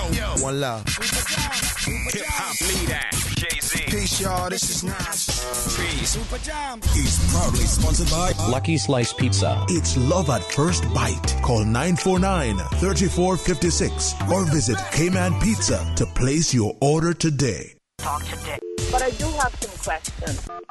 Talk today. Cayman Islands' foremost listeners' participation program. Talk today. Because there are more questions than answers. What the public is saying.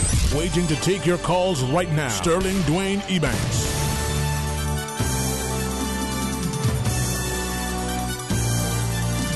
Hey, good afternoon. Welcome back to Talk Today. Thank you so much for joining us. And thanks to Jevi for sitting in with us. And I hope this is... Enjoyed.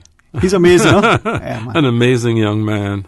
And I'm prayerful that all of our people would not be offended when I say to us that our students who are overseas studying, or students who are studying generally, or students who are in schools, in particular, but if they're overseas, whether it's boarding school, whether they're in university, whether they're doing postgraduate studies, if they're away from their families, let's keep them in prayer, for their safety, for their success. Absolutely, and, absolutely. Reach out to them, I make no apology for it. I have limited interest in the social media stuff, but if that's the way you keep in touch with people, take 2 seconds instead of forwarding something senseless and, trivial, send something meaningful and encouraging and say, hey, are you okay? And maybe it might make the difference. As we're speaking to Mr. Roy Borden, quick little comment from one of our listeners in relation to the national song. Says, I believe that, should be in the original all the way, but I agree with pluralizing isle to isles, as you shared, Mr. Watt. The 3 islands need to be recognized, and little things like that, I think, are people weighing on it. And as I look at some of our songs, whether we call them our folk songs or whether we, ascribe to them, but that particular song, Man's a Boat, for instance. Well, I want to tell you another story. Back in fact, back in 1995 or 96, it was. Myself and a friend McConvey, that's fine, yes. And Brad Taylor, and there was a lady. Her last name was Conley. Gosh, what was her name? First name. But the 4 of us spent about a year going through a lot of songs that were supposedly Caymanian. Some of them definitely wasn't. Like we had all of these tapes to listen to that the archives had. Like, it's a long way to Tipperary. There's nothing Caymanian about that. But anyway, we went through and we were fortunate to kind of get it down to 30 songs. And the 4 of us got about 7-8 songs each, and we transcribed them, and they're in a book called Cayman's Past, number 3. I don't know if you're aware of that. Sir. It's at the library. Yeah, I heard about an exercise like that. And we spent almost a year on that project. Getting it down to just to those 30 songs. All right. Well, I'm going to do something that I probably may do more often going forward. I've been advised to do it from day one, and then I never. I'm going to make a public, personal appeal. My friends over at the library, not that far away, pull that book for me, call me. I can come and get it, because Susan just reminds me, we live in this era where we're not leveraging the technology. We're not communicating. We get all this nonsense on our phones about advertising to buy this and buy that, but is it about the good stuff? Yes. Do you know so many people I mentioned that? I never heard of that. But there are 3 books, Cayman's Past 1, 2, and 3. The first 2 basically deals on history of the Cayman Islands, but the third one are all Caymanian songs. All right. So Paul, Mr. Kevin, gents, if you don't mind, you don't need to message it to me. I will come home and collect it. I only wish that I could sing Caymanian songs because I was raised up. Well, to tell you the truth, most kids today, people aren't raised up on Caymanian songs. All right. Well, but from the time I was a child, we always had country music in our home. It seemed as if that country music was part of our DNA back then. Of course, today it's changed almost completely. But we had, people like the Jimmy Rogers and the Carter family and Gid Tanner and the Skillet Liquors and all of these names, records that my father would bring home when he was, away from sea, away to sea, and bring them back home to us. But we also had classical music, the Dylan MacDonald and Nelson Eddy and La Boheme, I remember, and all of this. So, but I was specifically drawn towards country music. Yeah. You know, country, classic, calypso, I think we all had perhaps more penchant for country, right? When I was, I think it might have been sixth form. I think it was probably sixth form. I remember writing a piece talking about calypso's contribution to contemporary Caribbean culture, and did some research right on it. And I wrote a song. I stumbled upon it a couple of weeks ago. Just unearthed it, right? And I'm tempted to give it to Ray, but I'm afraid for what he might do, because calypsos have that. There's innuendo, there's ambiguity, and there's the things, right? And it tends to have an edginess to it that could be considered to, the connotation could be sexual as opposed to otherwise. Right. But as you listen closely, right. And that's that. Excuse me. Together with the commentary on the politics, the economics, the society is important. Like we saw in country, right? It commented on something that passed. Right. Maybe some country when we come back. Okay. We'll see. And I believe we just might get Susan to come into the studio. She can hold a pick for you. We'll see. No, Mr. Boyne is going to give us a little bit of gifting and grace us with some songs. So stay tuned. After the news, we'll come back for more Talk Today. From district to district, moving through the waters to Cayman Brac and Little Cayman. Your station, your voice. All things Cayman. One radio, many people. This is home. Radio Cayman in the Cayman Islands. Radio Cayman. Radio Cayman's newsroom. Headline. These are the biggest stories right now. The Central Planning Authority Board meets tomorrow, expecting to hear from 5 applicants, including the government. The Ministry of District Administration is scheduled to appear at the CPA board meeting at 10:30 tomorrow to put forward their application for public restrooms at Starfish Point. There are multiple objections to the development, claiming that building the restrooms would be in breach of restrictive covenants and the development and planning regulations. Other matters scheduled for tomorrow include several applications for modifications to shoreline and a retention wall. Good afternoon, I'm Dion Anglin with your headlines and news elsewhere. A Japanese men's magazine has had to issue an apology after publishing a list ranking universities on how easy it is to convince female students to have sex at drinking parties. The list in the issue of the weekly magazine Spa prompted outrage. One woman launched a campaign calling for an apology and for the article to be removed. And U.S. President Donald Trump is set to argue that an immigration crisis requires his long-promised wall along the Mexican border. Mr. Trump will make his case in his first speech from the Oval Office at 2 GMT Wednesday, ahead of a trip to the border on Thursday. A partial government shutdown has been in effect for 17 days after lawmakers failed to break a budget impasse. The president is insisting that $5 billion be included for the border wall. That's a wrap of your headlines. I'm Dion Anglin.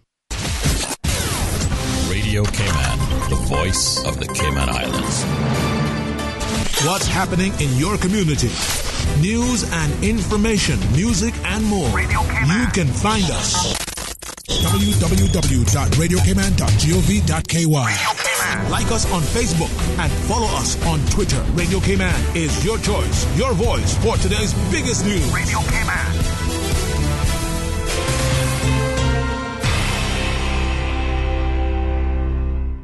A caring and community spirit, cherished family and cultural values. These are some of the things that still embodies the Caymanian way of life in the Eastern Districts today. Savannah Pharmacy, your neighborhood pharmacy, located in Countryside Shopping Village, is delighted to offer products and services of real value. Whether it's catering to your family's medical needs or carrying apparel, gifts, and beauty products, Savannah Pharmacy provides you with more than just prescriptions. Remember, they're always just around the corner with everything your family needs and convenient opening hours, including Sundays and holidays. Savannah Pharmacy. For more information, call 946-3336. Talk today. But I do have some questions. Talk today. Cayman Islands' foremost listeners participation program. Talk today. Because there are more questions than answers. What the public is saying. Waiting to take your calls right now. Sterling Dwayne Ebanks.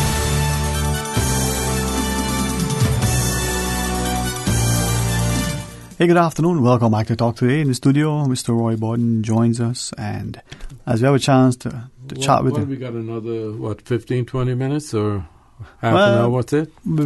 I almost want to joke and say, with God's grace, I hope you got another 15, 20 decades, but just a bit more, and really grateful, not just for the callers and the comments that we've got in, not just for Jeffrey, but for you and for the people that are sitting and listening and reflecting. This is the new year. We had a discussion yesterday, facilitated by Dr. Alexandria Warden, who were talking about, this notion that it's the new year, as we're looking at sort of introspection and reflection, and as we're looking at, who we are we taking time to appreciate what we have? But for me, what more can we do to improve the greater good, the common good? And I think sometimes we just need to be reminded that there's a lot more to this country, and we have to be the ones to take up the mantle and move forward. And you were speaking of song, Mr. Locke, the reference, the religious Christian aspect. That ethos is strong, but music is important. Yes. Well, just maybe getting into the musical part of me. I was drawn to country music, of course, as I said before, earlier on. One of my cousins, Jake McLaughlin from Kimmenbrack, who incidentally is also, the uncle of, what's his always the barefoot man? Andy Martin. Mr. Andy Martin. Andy Martin. How can I forget Andy Martin? Well, he's Andy, excuse me, please, okay? But Andy was his uncle. Jake was his uncle. And I heard Jake when I was about 10 years old singing a song, and I learned it back then before Willie Nelson ever did it, and that was Blue Eyes Crying in the Rain. When I was 10 years old, I was singing that song. But I was just drawn towards country music, and then there were others along the way that came. Cyril Rich was another one, a big influence as far as that was concerned, another Caymanian. But I just had this great love for country music. But, there's one thing that always, some people say that it held me back. But I don't think it held me back. Because of my being a Christian, I would not play in bars or taverns. And apparently, in the United States, it just seems if that, especially in the South, that's where country music musicians all got their starts in the honky tonks. Yep. And so I was never I never went that route. And some people say, well, maybe that kept me back from being even more successful than I was. But saying that as it may, I did a lot of things that I think a lot of people would have given anything to do with. I opened shows for people like Eddie Arnold and Webb Pierce, Wilma Lee and Stoney Cooper, Dave Dudley, just some of the really big names back in the 1960s. And I had the privilege of doing that without going to the bars. Well, there's a saying, as you go to the phones, there by the grace of God go I. So sometimes, there were disappointments and misfortune. Mr. Roy, we have a caller. Okay. Ms. Susan puts it through. Good afternoon. Welcome. You're on Talk Today. Yeah, good afternoon, Mr. Sterling. A happy New Year to you and my cousin Roy. How are you doing? Good afternoon, sir. Happy New Year. George. Oh, George, how are you? Yeah, not bad. I would like you to sing Waltz Across Texas with me. That's old Hank there. And Roy, do you remember the Bonfire nightclub in Tampa? No, I don't. Where was because the nightclubs that I told you, I didn't pay much attention to their names. Yeah, well, they had a famous nightclub there called the Bonfire nightclub down in down Tampa area there. And I used to play there when I left here. That was in the 70s, somewhere there. When I went to play there, but actually, it burnt down 3 weeks after I went there, so it must be what I did. It wasn't working good, so they were going to make sure that that I didn't go back to the place, but it was some kind of electrical problem. But I know there was another nightclub up there on Armenia Avenue that featured a lot of country artists. So, I don't remember the name of the club. Do you remember? I remember Uncle Del talking about, Cracker Jim. He used to play all. I remember Cracker Jim quite well. Yeah, he used to play all of the latest country song. But before you end your show today, do Waltz Across Texas for me. That's a request. All right. Let's see. Roy, take care, and I hope to see you soon. Okay, then. Thank you very much, sir. Okay. Thank you, George, for calling. Mr. Roy, as you inspired, as you want, I've heard a number of versions, and with great respect to you, I do like Willie Nelson's version of Blue Eyes Crying Rain now.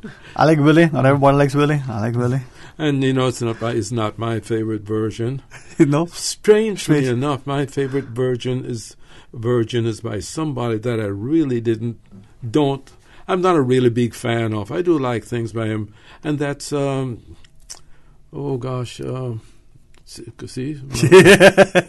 age is kicking in, George.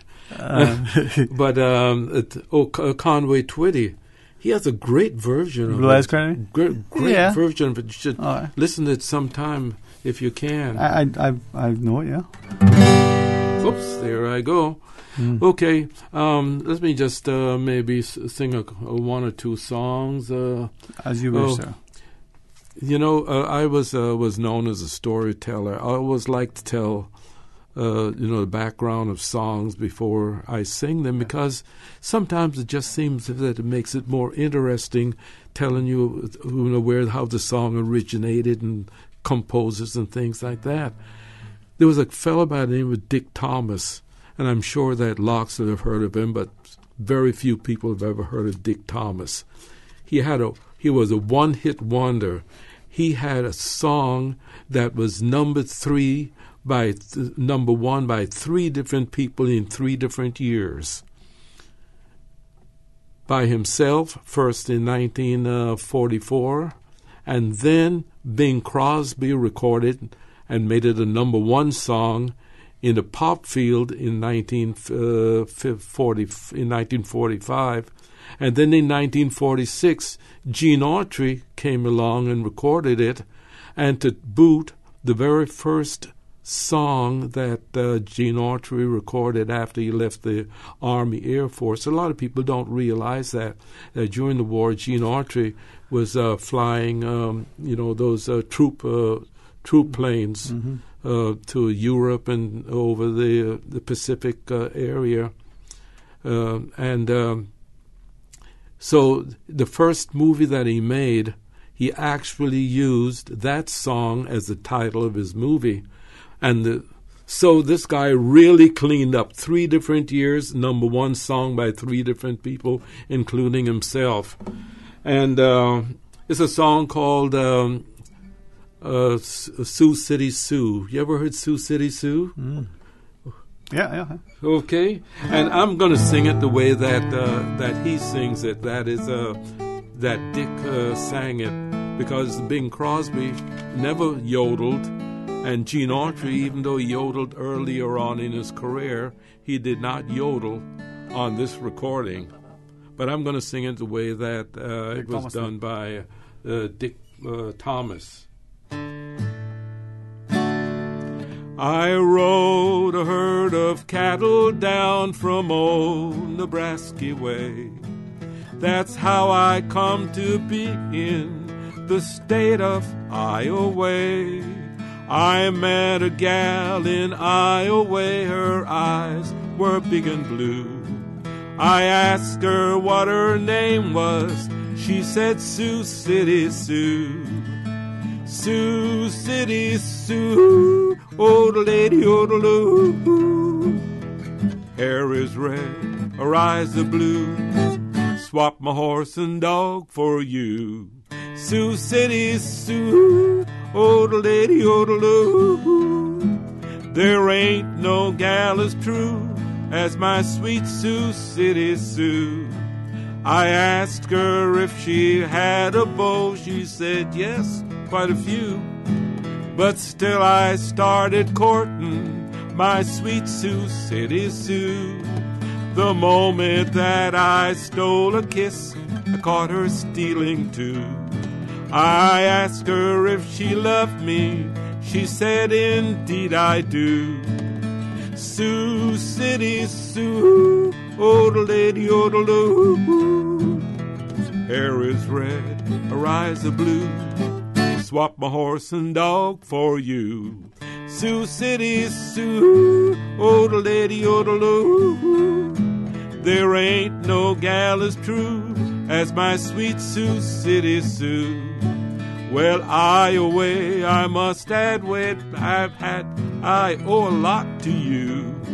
'Cause I came from Nebraska to find Sioux City Sue. I'm gonna rope and tie her up, I'll use my old lasso. I'm gonna put my brand on my sweet Sioux City Sue. Sioux City Sue, odel-lady, odel-oo. Hair is red, her eyes are blue. Swap my horse and dog for you. Sioux City Sue, odel-lady, odel-oo. There ain't no gal as true as my sweet Sioux City Sue. There ain't no gal as true as my sweet Sioux City Sue. See that? You ever heard that? Yes, sir. And unfortunately, my introduction to that song came in a women's studies course. Really? way back when. And what I remember about it was two things. Then the notion of wordplay, because he's talking about Sioux City Sioux. It's the Sioux Indian, right? Right. And the name. And then the fact that the cat and the dog and the horse and everything, the equivalent of a woman, so on. So it wasn't presented as musical. But anyway, I digress. Next song. You know what I like to do? Yeah. I love gospel songs. Mm-hmm. And what we got to do? Maybe just about another 3-4 minutes. Susan? What do we have, Susan? Sioux City Sue? She said you can sing. Oh, okay. She said you can sing, boy. I'd like to sing a gospel song. This is one of my very favorite songs. It's really a arrangement of two Bill Gaither songs. The Old Rugged Cross Made the Difference, and I Believe in a Hill Called Mount Calvary. 'Twas a life filled with aimless desperation, without hope walked the shell of a man. Then a hand with a nail print stretched downward, just one touch and a new life began. And the old rugged cross made the difference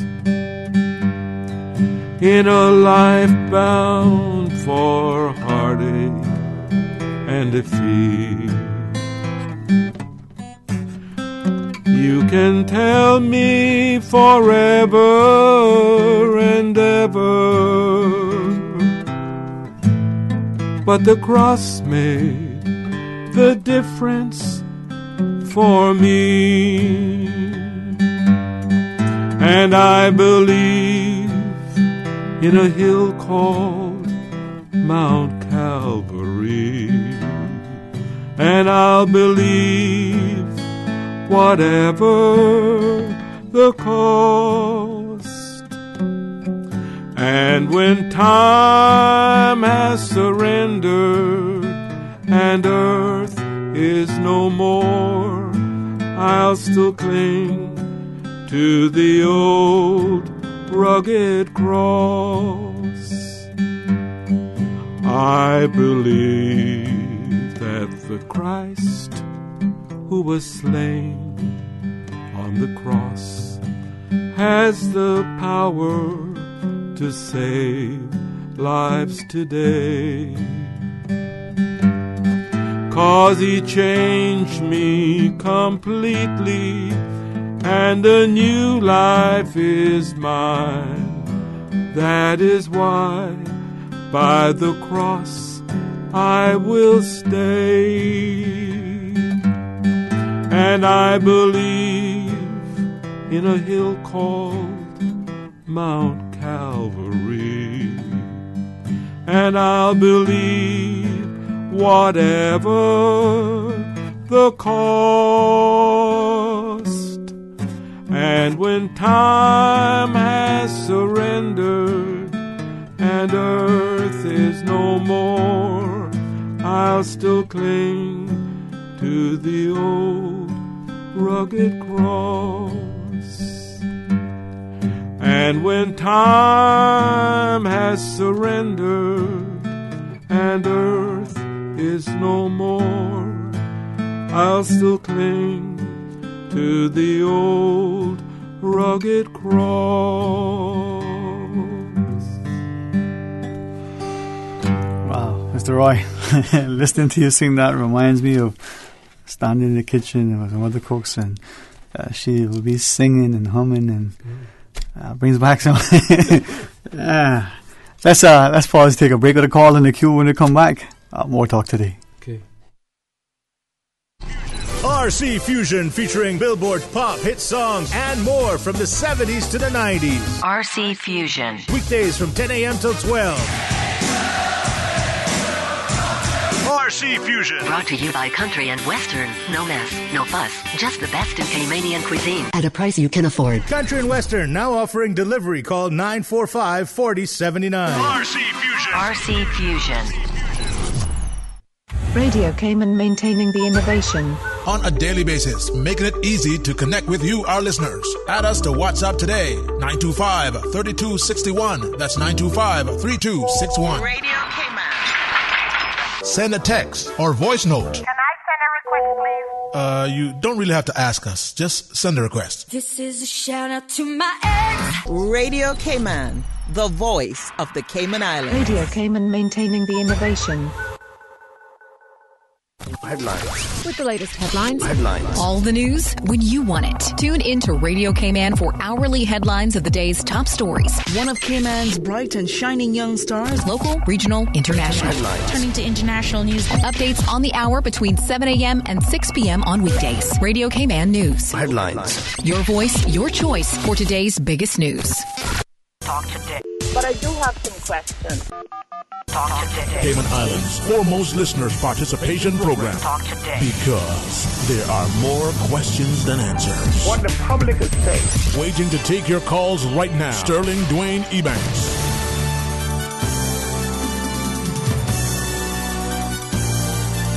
Hey, good afternoon and welcome back. Thank you for joining us. And I trust that not only because of our guest, Mr. Roy Borden, as he shares in his music, his storytelling, and equally his experience and expertise, that you will equally, in this period of reflection in this early part of the year, start to think about how we can make it better for all of us. Mr. Borden, we do have a call online. Let's go to our phones. Hey, good afternoon. You're on Talk Today. Good afternoon. Good afternoon. Good afternoon to your guest. How are you, Mom? Fine. Mr. Roy Borden, right? Yes, Mom. Yes, ma'am. You used to live in Tampa? Yes, ma'am. That nightclub that George called in about, that was called the Bonfire. That was down on Dale Mabry. Mm-hmm. That caught a fire some years ago. But did you know a lady by the name of Mama Rivers? She was on West Bay. We used to call her Mama Rivers in Tampa. She passed on now. No, I didn't. You don't remember her? And there was a gentleman there in Tampa too, from West Bay. He was a pastor.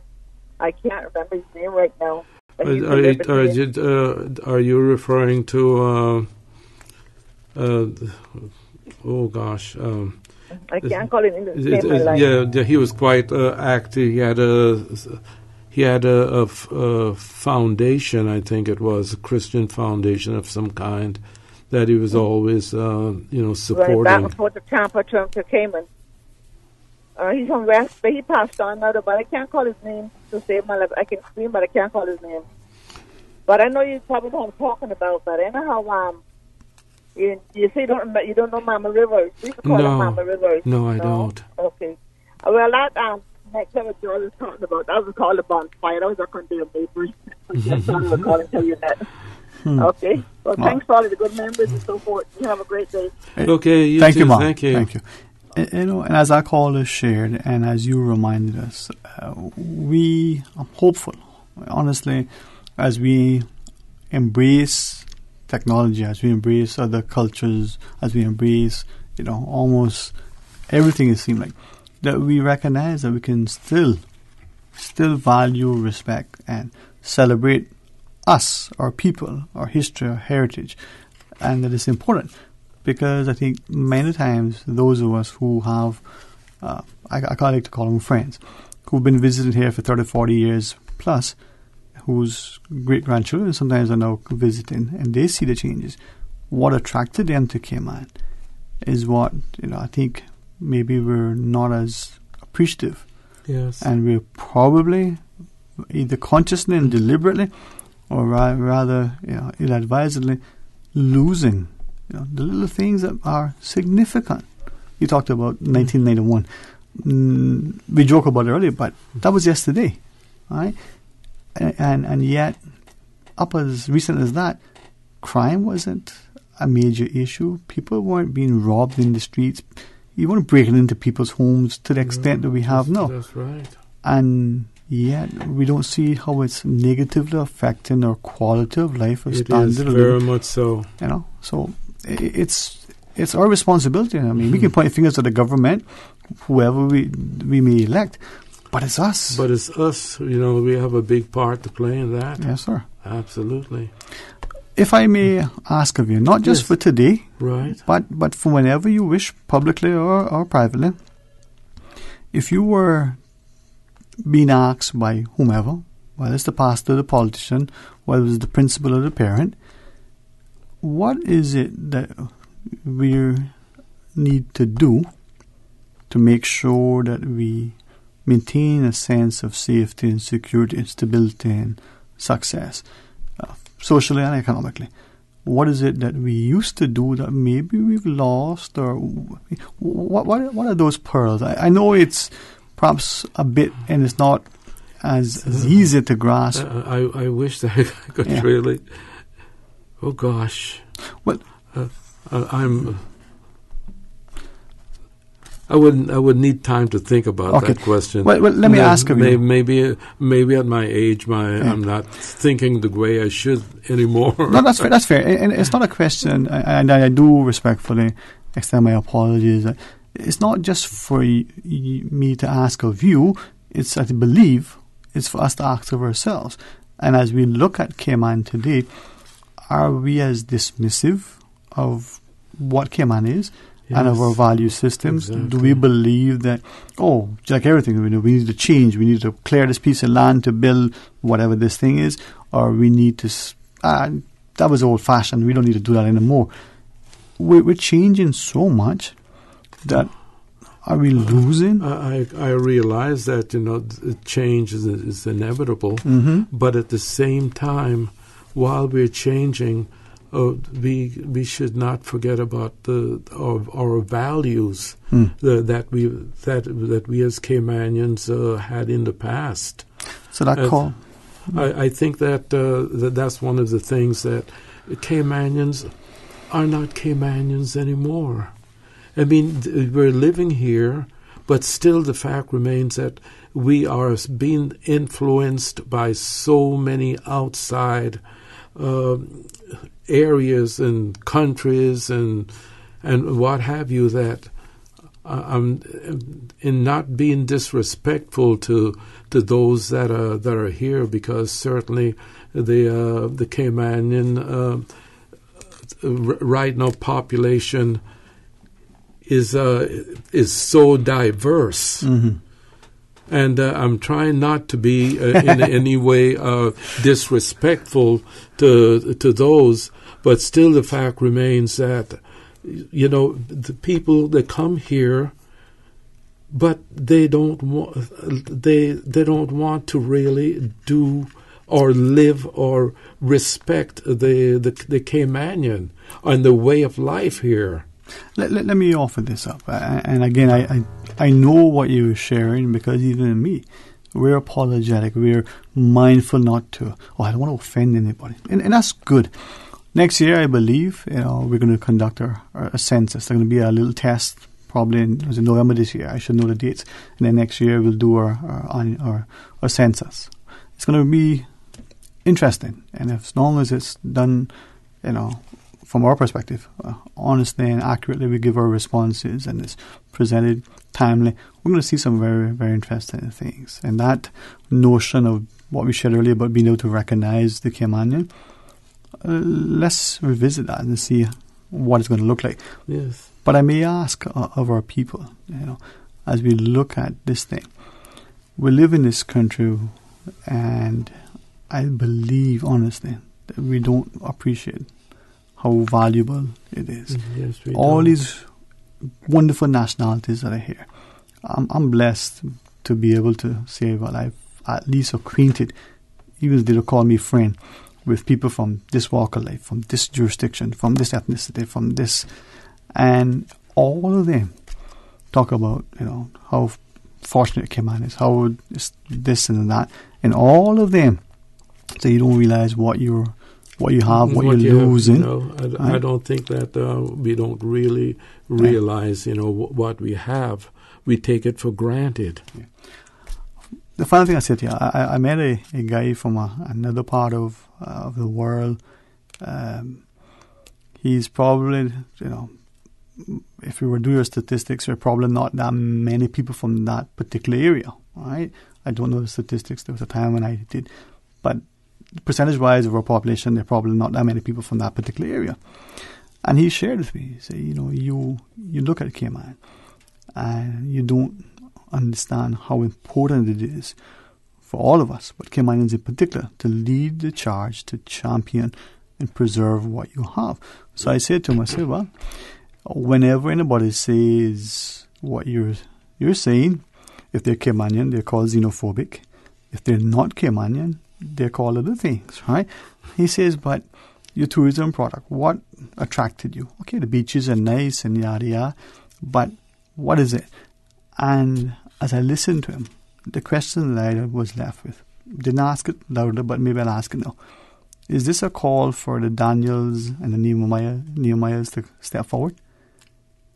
I think so. You think so? Oh, absolutely. All right. Well, absolutely. Any final thoughts, Mr. Roy, if you wish to share with us? I'm so grateful to your time, but I'm also, as you know, very, very cognizant that Susan's in charge. Oh, that's right. I don't want to take the timer and switch. Well, it's just that I enjoy this time. And Sterling, thank you so very much for having me. And thank you, Susan, for being the one back there telling us the cues and telling us when to quit and when to not quit. Well, I thank you, sir, for accepting the invitation without, hesitation, and it was as I expected. You extended the invitation, you accepted so graciously. Something that I would like our people to understand and appreciate. How we value time. You were here as expected, like so many of your generation, and you gave of your time, and that's the most valuable commodity I think that we have. So thank you for it, sir. Thank you so very much for having me. All right. To our listeners, bye, Susan. If you call this country home because of birth, because of ancestral links, or because you just come recently, hey, what can we do to work together to make it safer, healthier, more productive, successful? Not just financially and materially, but when you walk the streets, are you safe? When you're out in the evening, even if you had a little too much libation, are you reasonably assured that you're going to make it home safely? Not mowed down by someone, not mauled by some ferocious dog or molested by some, I'd use another word, but I'll hold off there. By the way, yes, sir. I'd like to just put in something. A lot of people, there are a lot of dogs, and people walking their dogs. Mm. We need to have those people take their doggy bags with them. Well, thank you for sharing that. And I would even say, I see a new brochure. Maybe we'll have a chance to chat with the right entities about that. But responsible dog ownership, not just getting them pet, spayed and neutered and what have you, but not just picking up after them, but having them muzzled and properly leashed. Yes. If you're running and walking. That's right. Yeah. But thank you, sir. Thank you. I pray, Thank you. that Ms. Riva is recovered and recovering quickly. I know many people, with this time of year, sometimes get under the weather. So we keep them in our prayer. God bless you, my friend. Amen, sir. Thank you. God blessings to you. And to our listeners, please join us again tomorrow. Come back and be, in good cheer with Mr. Orrit for the record. Stay tuned for all of our programming, and please join us for our talk today right after the midday news and midday meditation. And if you see me, you find that I need chastising and correction, well, go right ahead. If you see I need counsel and direction, go right ahead. I might need a little chastisement myself. Until tomorrow, be blessed. Bye-bye.